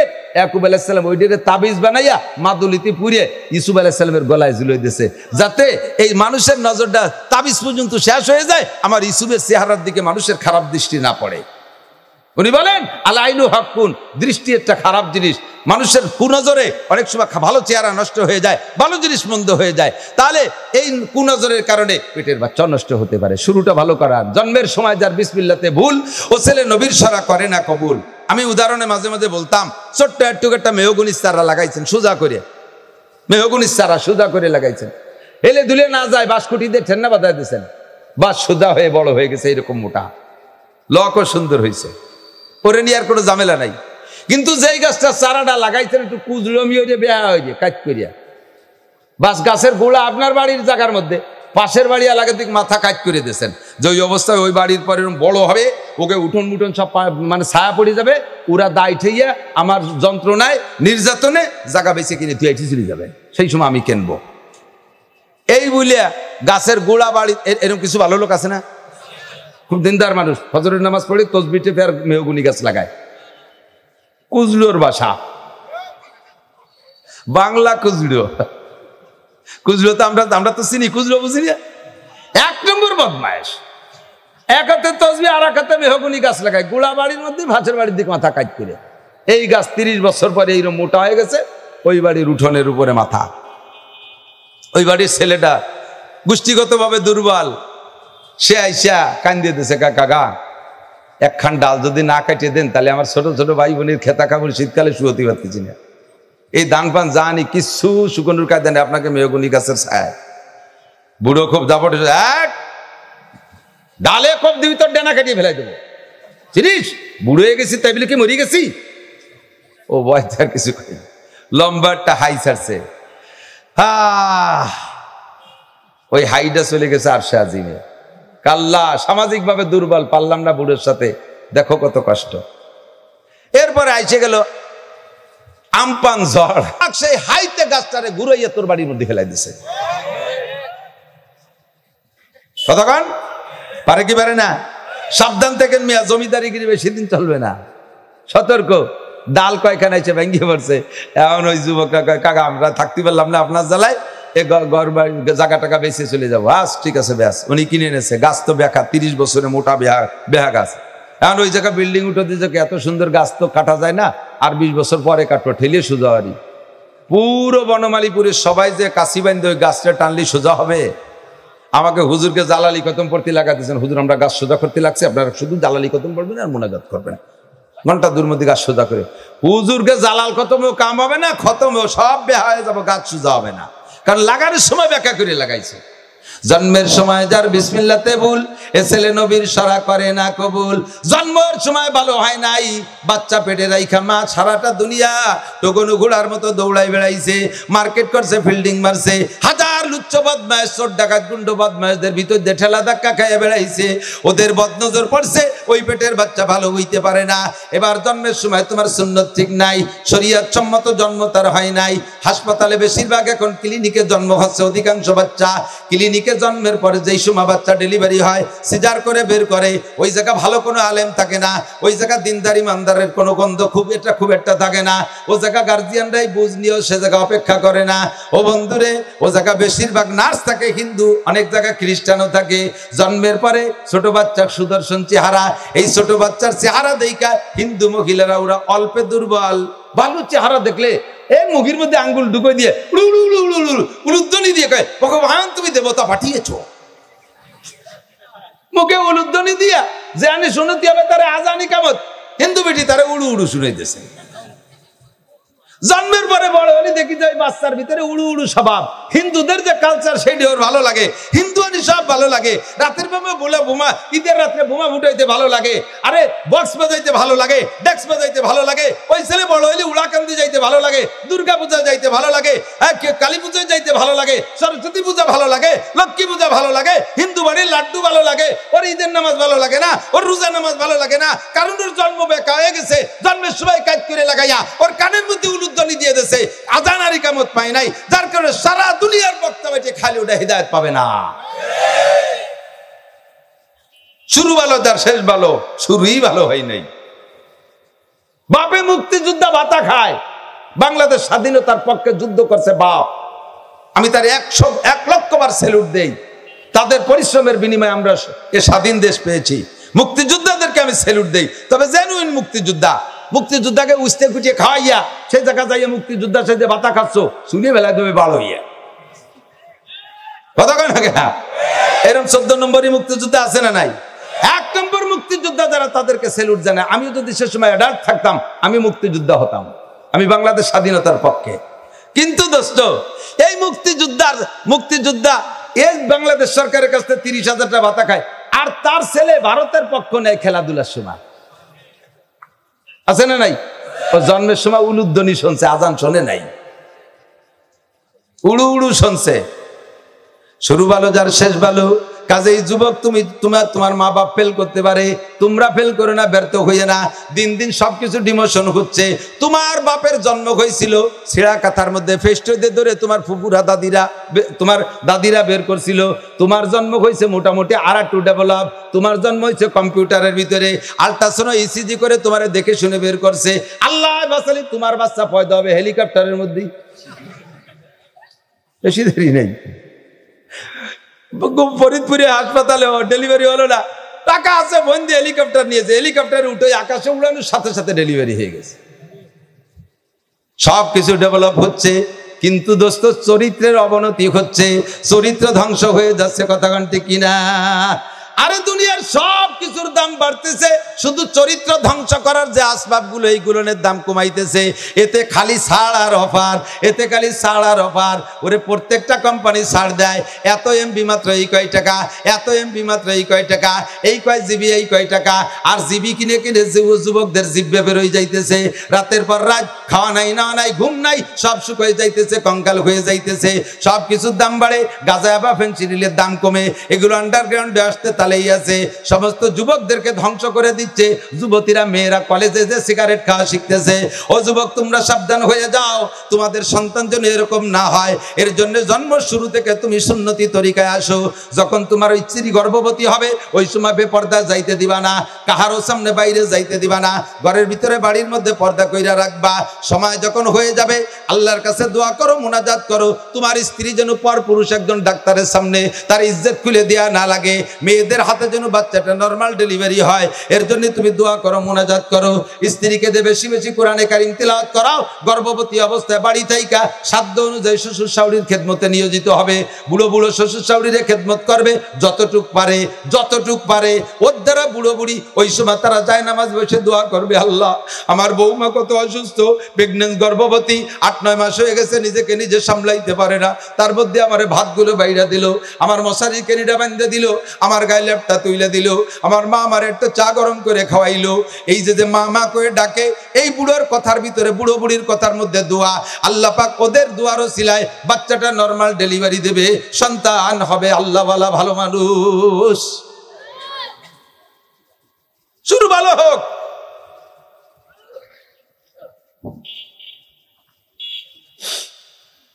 আল্লাহ। এরপরে জন্মের পরে আগের থেকে একটু খেজুর রেখেন বাড়ি। জন্মের পরে বাচ্চাকে দুনিয়ার কোনো কিছু না খাওয়াইয়া কিচ্ছু খাইতে দেবেন না, মায়ের দুধও আগের থেকে খাইতে দিয়েন না। আল্লাহ পাক রব্বুল আলামিন তো ফ্লাক্স আর ফিডার করে সুন্দর দুধের ব্যবস্থা করেই রাখছে। মায়ের বাচ্চা ডেলিভারির আগে স্থানে যারা পরিমাণ দুধ নাই, বাচ্চা আসার সাথে সাথে দুধ কোত্থেকে আসলো? আল্লাহ কা মিমবাইনি ফারাসি ওয়া দামিন লাবানান খালেসা, রক্ত আর মলমূত্রের ভিতরে থেকে আমি ফ্রেশ দুধ তৈরি করে তোর ফিডার ফ্লাক্স ভরে দিছি। কন্যা সুবহানাল্লাহ। খাবি কয়টা? ফিডার দিয়ে 2টা ফিডার লাগবে। দেখবেন গরু ছাগলের বাচ্চায় দুধ খাওয়ার সময় মুখ দিয়ে থনে ধাক্কা মারে, তাহলে থনটা পানায়, ভিতরেতে দুধ আসে। মানুষের বাচ্চা মুখ দিয়ে ধাক্কা মারে না, তবে দেখবেন মানুষের বাচ্চার স্বভাব হলো ওই একটা দুধ খায় আর ওর হাত দিয়ে ওর মায়ের আর একটা স্তনের বুটাকে নাড়াচাড়া দেয়, ওই নাড়াচাড়ার ভিতর দিয়ে আর একটা স্তন ভরে দুধ চলে আসে। গাভীর 4টে বান দিয়ে 20 কেজি দুধ হয়, 4টে বানের মুখে 4টে ছিদ্র আছে, 4 ছিদ্র দিয়ে 20 কেজি, 5 কেজি করে একটা ছিদ্র দিয়ে বের করা গেল। মহিলার স্তন থেকে দুই স্তন থেকে 2 পোয়া আধা কেজি দুধ বের হলো। এই আধা কেজি দুধ বের করতে আল্লাহ তাআলা 2টে ছিদ্র ব্যবহার করে নাই। রহমানুর রহিম আল্লাহ রাব্বুল আলামিন, আল্লাহর প্রশংসা কি দিয়ে বলবো, ভাষা নাই। আল্লাহ এই 1 পোয়া আধা কেজি দুধ বের করার জন্য 2টে স্তনের মুখে 32টা ছিদ্র বানাইছে। কেন? 32টা ছিদ্রের মুখে 32 রকম মেডিসিন আছে। ওই 32 ছিদ্রের ভিতর থেকে বের হওয়া দুধ খাইবা, বাচ্চায় দুধ পান করবে, মুখের মধ্যে 32টা দাঁত হবে। ওরে 32টা দাঁতের 32 রকম অনুভূতি। কতক্ষণ? মাড়ির দাঁতের অনুভূতি আর সামনের দাঁতের অনুভূতি একরকম না। 32 দাঁতের 32 রকম শক্তি। এই 32 রকম শক্তি আর অনুভূতি তৈরি করার জন্য 32টা ছিদ্রের মুখে আল্লাহ পাক ভিন্ন ভিন্ন মেডিসিন তৈরি করে রেখেছে। ওই মেডিসিন নিঃসৃত দুধ বের হয়ে আসে, বাচ্চায় দুধ পান করবে, বাচ্চার মুখের ভিতরে শক্তি বাড়বে। মায়ের স্তনের দুধে মেধা শক্তি শক্তিশালী হয়, হার্ট ভালো হয়, লাংস ভালো হয়, পাকস্থলী শক্তিশালী হয়, পিত্তথলি শক্তিশালী হয়, কিডনি ভালো হয়, বাল্ব ভালো হয়, রক্ত পরিষ্কার হয়, শিরা উপশিরা ভালো হয়। কাজেই সাধ্য অনুযায়ী চেষ্টা করবেন আমার মারা ছোটবেলা থেকে বাচ্চাদেরকে জন্মের পর থেকে নিজের স্তনের দুধ খাওয়ানোর। এটা হলো আল্লাহ পাক দুনিয়ায় মেহমান পাঠাইতেছে, আল্লাহ পাক তার মেহমানদারিও মায়ের স্তনের মধ্যে পাঠিয়ে দিয়েছে। অনেক মারা আছে শরীর ঢিলা ঢালা হয়ে যাওয়ার ভয়তে বাচ্চারে দুধ খাবে না বলে আগেতে ফিডার মিটার বোতল টোতল কিনে রেডি রাখছে, বুড়ি হয়ে যাওয়ার ভয়তে। খাইছ কার দুধ? ইটালিয়ান দুধ, অস্ট্রেলিয়ান দুধ, ফ্রান্সের দুধ, কোরিয়ান দুধ। জাগে দুধ খাইছো, তোমার বাচ্চা সেই দিক চলে যাবে, তোমারে মা করে ডাকবে না। কথা কন না কেন? ইন্ডিয়ান গরুর দুধ খাইছিস, তোর সাল ইন্ডিয়া মুখী হয়ে যাবে। ইটালিয়ান দুধ খাইছিস, ইটালি মুখী হয়ে যাবে। খাওয়া তোর দুধ, তোর মা তোর বাচ্চা তোরে ছাড়া বুঝবে না। কথা কন না কেন? ভুল করছি তো পদে পদে। জন্মের সময় যার বিসমিল্লাতে ভুল, এ ছেলে নবীর সারা করে না কবুল। এভাবে শুরু করো, দুধ খাওয়াও, ডান কানে আজান বাম কানে কামত, নিয়মতান্ত্রিক। ডান কানে আজান বাম কানে কামত। যুবকরা বিয়ে করো নাই, সিদ্ধান্ত নাও এই পদ্ধতিতে আগাইবা। যাদের আরো সন্তান হওয়ার সম্ভাবনা আছে, যেটা ফেল করছে, সামনে যেটা আসবে সেটার সাথে আমরা এই আমল করবো ইনশাআল্লাহ। রাজি আছি না? এরপরে হুজুর রে ডাইকাই না, আমার মাওলানা মুদাসসির সাহেব, আপনাদের মোহতারাম সাহেব আমার কাছে তাফসীরে জালালাইন পড়ছে রাজৌরি মাদ্রাসায়, আমার ছাত্র, খুব ভালো ছাত্র, মেধাবী ছাত্র, যোগ্য এবং সাংগঠনিক ক্যাপাসিটি খুব ভালো, পরিচালনার যোগ্যতা খুব ভালো। দেখছেন আসছে তো কবে, যাওয়া লাগতেছে না। সুন্দর করে মাদ্রাসার মক্তব থেকে দাওরায়ে হাদিস পর্যন্ত, পাশে আর একটা মহিলা মাদ্রাসা দাওরায়ে হাদিস পর্যন্ত নিয়ে আসছে। রেজাল্টটা অনেক ভালো করছে। আপনারা খুশি না বেজার? আপনাদের ছেলেরা পড়ে তো? দুঃখ লাগে। আমি বলছি স্যারের ভাই সভাপতি সাহেবকে আমি বলছি যে আপনারা এক কায়দায় বড় হয়ে আসছেন, সব জেনারেল শিক্ষিত, হয়তো আপনাদের ছেলেপেলেদের স্টাডিংও এদিক ঘরে নাই, এক কায়দায় চলে গেছে। কিন্তু আমি অনুরোধ করি, দোয়া করি আপনারা আরো দিন বেঁচে থাকেন। আপনাদের ফ্যামিলির থেকে খেয়াল করে না, শুনতেছেন যুবকরা, শুনতেছ? আমি অনুরোধ করছি যে আপনাদের ফ্যামিলির থেকে নাতি পুতাদের মধ্যে থেকে হলেও একটা জানাজার ইমাম তৈরি করার চেষ্টা করেন। বাড়াইতে মৌলবী জানাজা পড়াবে সেই জানাজা, আর আপনার ঔরসের সন্তান নাতি নাতিরা জানাজা পড়বে, একদমে বিক্রি হয় না। আমি জানাজা, আমি যদি ইন্তেকাল করি, আলহামদুলিল্লাহ আমার 4টে ছেলে হাফেজ, একটা মেয়ে হাফেজ। মেয়ে তো জানাজা পড়াবে না, আমার ছেলেরা সব হাফেজ হয়ে গেছে, আলেম হচ্ছে। আমি ছেলেরা যা চাই তাই দেই, চার উপর দিয়ে দেই।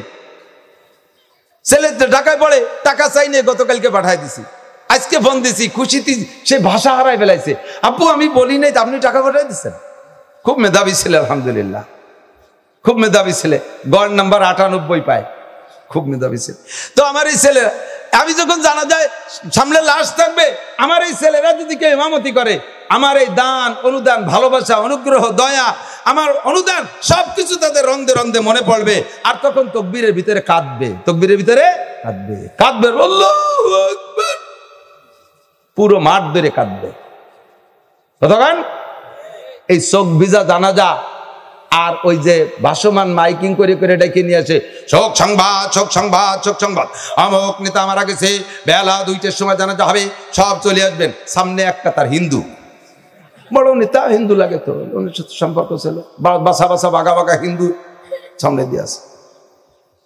একটাও যদি দোয়া কালাম পারে, ওর মধ্যে 50-60টা বিনিয়োজতি, কতগুলোর গোসলও খরচ।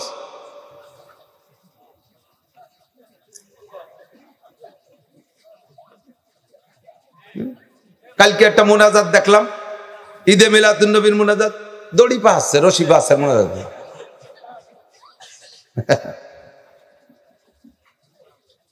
বুরুককে বি নাই, কোটি কোটি টাকা কামাই করে বসে রয়েছি, এ মোনাজাত দিয়ে আমাকে কি হবে? কতক্ষণ? আরে জানাজা, আমার আব্বার জানাজায় যদি আমি দাঁড়াই, আমার জানাজা আমার ছেলে দাঁড়ায়, আমার ছেলে যদি সেদিন আমেরিকার ভিসার টিকিট ফ্লাইটও থাকে, সব ক্যান্সেল, আমার আব্বাকে আগে কবরে দিতে হবে সুন্দরভাবে। কতক্ষণ? ঠিক।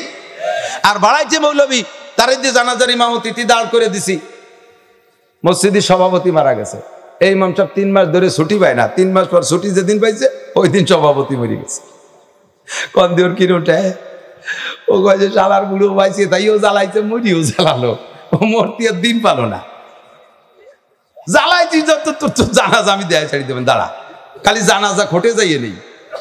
জানাজা যখন দাঁড়াইছে, তকবির 3টে দিলি, বাসে হরেন দিয়েছে, আসসালামু আলাইকুম রহমতুল্লাহ, আসসালামু আলাইকুম, ব্যাগ নিয়ে দিয়ে দিল, হুজুর তকবির একটা কম পড়ে গেছে, ওই তোরা দিয়ে আমার বাস ছাড়িয়ে গেল। পরের বাপের জানাজা তকবির একটা নাও লিখিয়েছে তার, তা আমার বাপ নিজের বাপের জানাজার ইমামতি যেদিন করবে সেই দিন জানাজা, আরে বিমান ছেড়ে দিলেও জানাজার তকবিরে কম পড়বে না। কথা কন না কেন? আমি এই জন্যই বলি ভাই, আপনারা মনে করেন যে জেনারেল সার্টিফিকেট, হ্যাঁ জেনারেল সার্টিফিকেটের দাম আছে, দরকার আছে, দুনিয়া বেঁচে থাকতে লাগবে, বাকি এ কথা মনে রাখেন, বাংলার জমিনে যত বড় জেনারেল শিক্ষিত হন, আপনার চাকরির গ্যারান্টি নাই। বলতে পারবেন যে এমএ পাস করলে চাকরি হবেই বিনা ঘুষে? ঘুষ ছাড়া চাকরি হবে? মামু খালু বড় অফিসার লাগবে, আর বস্তা ভরে টাকা লাগবে, তাহলে জেনারেল পড়লেও চাকরি নাই, আর হুজুর পড়লেও চাকরি নাই। বাকি জেনারেল পড়লে যদি দুনিয়া কিছু কামাই করে খেতে পারেন, আর তার মোহে পড়ে যান, ফাসিরাত দুনিয়া বালা আখেরা, দুনিয়া আখেরা সব চাঁদ পরকালে পালেন না। আর যদি কোরআন হাদিসের আলেম বানায় যেতে পারেন, আল্লাহর রহমতে মৌলবীরা কম খাইলেও না খাইয়ে নাই, কম খাইলেও না খাইয়ে নাই, কম পড়লেও ল্যাংটা হয়ে নাই, এবং পোশাক বাড়িটা খারাপও না, আল্লাহর রহমতে লুঙ্গিও মোটে দুড়িয়ে না, আর সব কিছু তো উবার বেশি আছে আল্লাহর রহমতে, খায়ও ভালো। আপনারা নিজেকে কামায় নিজেরা বাড়ি একা করতে খান, ইমাম সাহেবের লজিং 30 বাড়ি, যে বাড়ি যেদিন খাবার সেই বাড়িতে সেদিন ভালো খাবার, খাতি খাতি আমার মতো শূন্য মৌলবী মাস 3 মধ্যে এরকম বুড়ি ছেড়ে দিছে, মাতিয়ে গেছে আল্লাহর রহমতে, খালি খাবার, মাত্র 3-4 হাজার টাকা বেতন, হুজুরের পোশাকের ভাব আলাদা, আতরের আলাদা, বাক্সই বানায় ফেলাইছে। ওই মহল্লায় যারা বিদেশ থাকে তারাই কয় হুজুরের জন্য আতরটা দিয়েন, হুজুরে জায়নামাজ দিয়েন, হুজুরের এই জামাটা দিয়েন, হুজুরের এই জুব্বাটা দিয়েন, হুজুরের এই পাগড়িটা দিয়েন, হুজুরের এইখান দিয়েন ওইখান দিয়েন, ঈদ উপলক্ষে 5,000 টাকা দিয়েন, এই কুরবানির গোশতে 20 কেজি হুজুরে দিয়েন, কাল্লাটা হুজুরে দিয়ে দিয়েন। এই কই হুজুর খাইয়েই শান্তি পারে না, পড়িয়ে শান্তি পারে না। এভাবেই আল্লাহ তাআলা রুজির ব্যবস্থা করে দেয়। কতক্ষণ ঘুষ দিয়া লাগে না চাকরি করতে, ঘুষ দিয়া লাগে না। আর ঘুষ দিয়ে চাকরি নেবেন, ওই চাকরি হারাম, কিয়ামত পর্যন্ত এই হারাম খাইতেই তাহলে থাকবেন। ঘুষ দিয়ে চাকরি নিচ্ছেন, ঘুষের পর চাকরি আপনার নির্ভর করতেছে। ও দোস্ত, ঠকবেন না। আসেন, আপনি কোরআন শেখেন, আলেম হন, জেনারেল পড়েন, চাকরিও পাবেন, দুনিয়া হবে ইনশাআল্লাহ। আল্লাহ পাক আপনারে ঠকাবে না। আমি এই গ্রামের পোলাপান তো এখন আজকে পাগড়িতে আমার দাবি ছিল যে বনমালীপুর থেকে 5টা ছেলে হাফেজ পাগড়ি নেবে, 5টা ছেলে মৌলানায় পাগড়ি নেবে। পিছিয়ে পড়ে গেছেন আপনারা। অন্য গ্রামের মানুষ এসে আপনাকে টাকা দিয়ে করা মাদ্রাসাতে পড়িয়ে আলেম হয়ে চলে যাচ্ছে। আপনারা কত বড় দুর্ভাগ্য যে আপনাদের ছেলেরা আলেম হয় না। আমি মৌলানারে জিজ্ঞেস করলাম, মৌলানা কি এই গ্রামের ছেলেবেলে কি পড়িয়ে আলেম হচ্ছে? কয় যে হুজুর আলহামদুলিল্লাহ এখন যথেষ্ট আসতেছে। এলাকার মানুষও মাদ্রাসামুখী হয়েছে অনেকটা, মাদ্রাসায় ছেলে দিচ্ছে। সকলের ভিতরে অনুপ্রেরণা জাগছে যে হ্যাঁ, আমার জানাজার ইমামতি আমার ছেলে করুক, আমার জানাজার ইমাম আমার ছেলে করুক। ওমা, বাড়ির মারা আপনারা যারা আছেন, আপনার সন্তানই যদি আপনার জানাজার ইমামতিতে দাঁড়ায়, কাঁদবে আর তকবীর দেবে, কাঁদবে আর তকবীর দেবে। ওই তকবীরের সাথে আল্লাহর রহমত নাজিল হবে আসমান থেকে। কতক্ষণ ঠিক না? তো মাদ্রাসা হওয়া দরকার আছে না নাই? এই মাদ্রাসা না হলে এত সুন্দর সুন্দর কথা। আমি শুরুতে বহুত বাকি রয়েছে, আর মরা পর্যন্ত তো কতই রয়েছে, আর মাঝখানে ভিড় ভাঙ্গা রাস্তা কতটা রয়েছে। এত কইতে গেলে আমার 1-1.5 মাস লাগবে, সব পারবো না, আমার অন্য প্রোগ্রাম আছে। কাজে আমি আর সময় বাড়াইতে চাচ্ছি না। কমপক্ষে সূচনাটা এভাবে হোক। সবাই চান তো ইনশাআল্লাহ? রেডি আছেন না ইনশাআল্লাহ? বাচ্চাগুলো এভাবে আমরা জন্ম দেবো ইনশাআল্লাহ। আল্লাহ তাআলা আমাদের বাচ্চাগুলোকে নেক সন্তানে পরিণত করে, বলেন আমিন। ভালো সন্তান আল্লাহ তাআলা দান করুক, স্ত্রীরা ভালো হোক। যুবকরা পাক্কা সিদ্ধান্ত নাও, বিয়েতে যৌতুকের টাকা পয়সা মাল নেব, আমি নেব, তোমরা না। সবাই মিলে কর, নেব না, খাবো না। যৌতুকের মাল, যৌতুকের টাকা, যৌতুকের খাবার শুয়োরের পায়খানার চাইতে হারাম। যদি কেউ শুকরের পায়খানা মুখে দিতে সক্ষম হন, তাহলে সে যৌতুক খাইয়ে টাকা নিয়েন। যদি কেউ শুকরের পিঠে উঠে সোয়ার করে রাস্তা দিয়ে চলতে পারেন, তাহলে যৌতুকের মোটরসাইকেল চালাইয়েন। আর শুকরের পিঠে উঠে যদি সম্ভব না হয়, তাহলে যৌতুকের গাড়ি যদি আনা থাকে, শ্বশুরে কালকে আব্বাকে ফেরত দিয়েন। যদি কেউ ব্যবহার করে থাকেন, তাহলে নিজেও রেডি হয়ে যান। আপনি 1 মাইয়া নিয়ে আনছেন 1 লাখ, আল্লাহ দেব আপনারা 10 খান, 10 লাখ টাকা আদায় করে নেবে। দিয়ে দেখেন কিরম লাগে। শ্বশুর বাড়ির সাথে সৎ ব্যবহার রাখবেন, স্ত্রীর সাথে ভালো ব্যবহার রাখবেন, স্ত্রীকে মোহাব্বত করবেন, সে গর্ভধারণ করে। যুবক মনে রাখিস, একজন যুবক, একজন পুরুষ 50 বছর পর্যন্ত সুঠম বডির অধিকার হওয়ার পরে, কর্মজীবনে পদার্পণ করার পরে 50 বছর লাগাতার দুনিয়ার সবচেয়ে পরিশ্রমের কাজ করছে একটা না, খেয়াল করতেছে না, ভালো করে খেয়াল করতে। 50 বছর পর্যন্ত জীবনের সবচাইতে সর্বশ্রেষ্ঠ পরিশ্রমের কাজ একটানা করছে। এই 50 বছরের পরিশ্রমকে এক জায়গা করে একদিন করলে যে পরিমাণ বেশি হতো, একটা মহিলা তার প্রথম সন্তান নরমাল ডেলিভারি করতে তার চাইতে বেশি কষ্ট হয়। তুমি সারা জীবন ভরে কষ্ট করো, মহিলা তোমার সুন্দর সুন্দর বাচ্চা দিচ্ছে তার জীবনের ঝুঁকি নিয়ে, আর সেই বউডারে কথায় কথায় মারো, এতে কম পড়লি মারো, ওতে কম পড়লি মারো, রাগারাগি করো, ভাগাভাগি করো। এরপরে বছরে বছরে সিগন্যাল দাও, বাপের বাড়িতে এই নিয়ে ওই নিয়ে সুসো থাকার বাপের বাড়িতে শ্বশুর বাড়িতে আনবি কা, তুই কামাইরে খাতে পারিস না, সাইকেলে নিয়ে দিতে হবে। ভৈরির বেটা ভৈর, খয়রাতের বেটা খয়রাতি। কথা কর না কা, শ্বশুর বাড়িতে ফ্রিজ আনিয়ে দিবা। আরে ফ্রিজ শ্বশুর বাড়িতে নাই রে, তুই খাবি পচা কুইয়ে মাছ। শ্বশুর বাড়ির যৌতুকির খাটে না ঘুমাইয়া গরুর সাথে গুয়লি শুবি। বেটা জীবনে একখান সহি বানাতে পারে না, 49,000 টাকার খাটে শোবে, যৌতুকির খাট হারাম। তোর ঘুম হবে না, ওর উপরে তাই সন্তান ভালো বানাতে পারবি না। সাবধান, শরিয়াতের আমি শুরু করে দিয়ে গেলাম। মাওলানা মাকসুদ সাহেব আছে, এই ধাঁচেই কথা বলবে ইনশাআল্লাহ। বাকি মরণ পর্যন্ত, শেষে কবরে যাবেন কিভাবে, সব সুন্নতি তরিকায় হতে হবে। সুন্নতের বাহিরে আমাদের জীবন মরণ কিছু না হোক। আল্লাহ পাক ইব্রাহিম আলাইহিস সালামকে দিয়ে বলাইছেন, কুল ইন্না সালাতি ওয়া নুসুকি ওয়া মাহইয়ায়া ওয়া মামাতি, কুল ইন্না সালাতি ওয়া নুসুকি ওয়া মাহইয়ায়া ওয়া মামাতি লিল্লাহি রাব্বিল আলামিন। ইন্না সালাতি সলাতি নিশ্চয় আমার নামাজ, ইন্না সলাতি ওয়া নুসুকি আমার কুরবানি, ওয়া মাহইয়ায়া আমার জীবন, ওয়া মামাতি আমার মরণ, আমার জীবন আমার মরণ লিল্লাহি রাব্বিল আলামিন, একমাত্র কার জন্য? আল্লাহর জন্য। একটু স্বীকার করেন কার জন্য? হুকুম হবে আল্লাহর, তরিকা হবে মুহাম্মদুর রাসূলুল্লাহ। কথা কন।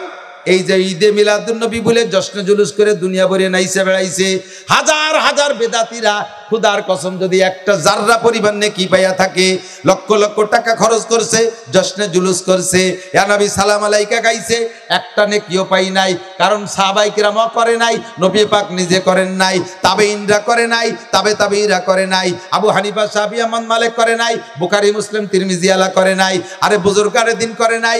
আজও পর্যন্ত বাংলাদেশের কোনো উলামা আহলে হক এগুলো করে না। সেগুলো যেগুলো শরিয়াত না তা আমরা করি না। শরিয়াত যেটা সেটা ছোট হলেও বস্তা ভরে নেকি পাবো, আর শরিয়াতের খিলাফ যদি আসমান জমিন ভরেও করি একটা নেকিও পাওয়া যাবে না। আমাদের সিদ্ধান্ত সর্বকালে আমার জান, আমার মাল, আমার ইবাদত বন্দেগী সব আল্লাহর জন্য, আল্লাহর হুকুম আর নবীর তরিকায়। কথা বলেন ঠিক ঠিক না? আল্লাহ তাআলা আমাদের বুঝার আমল করার তৌফিক দান করে। সবাই বলি আমিন।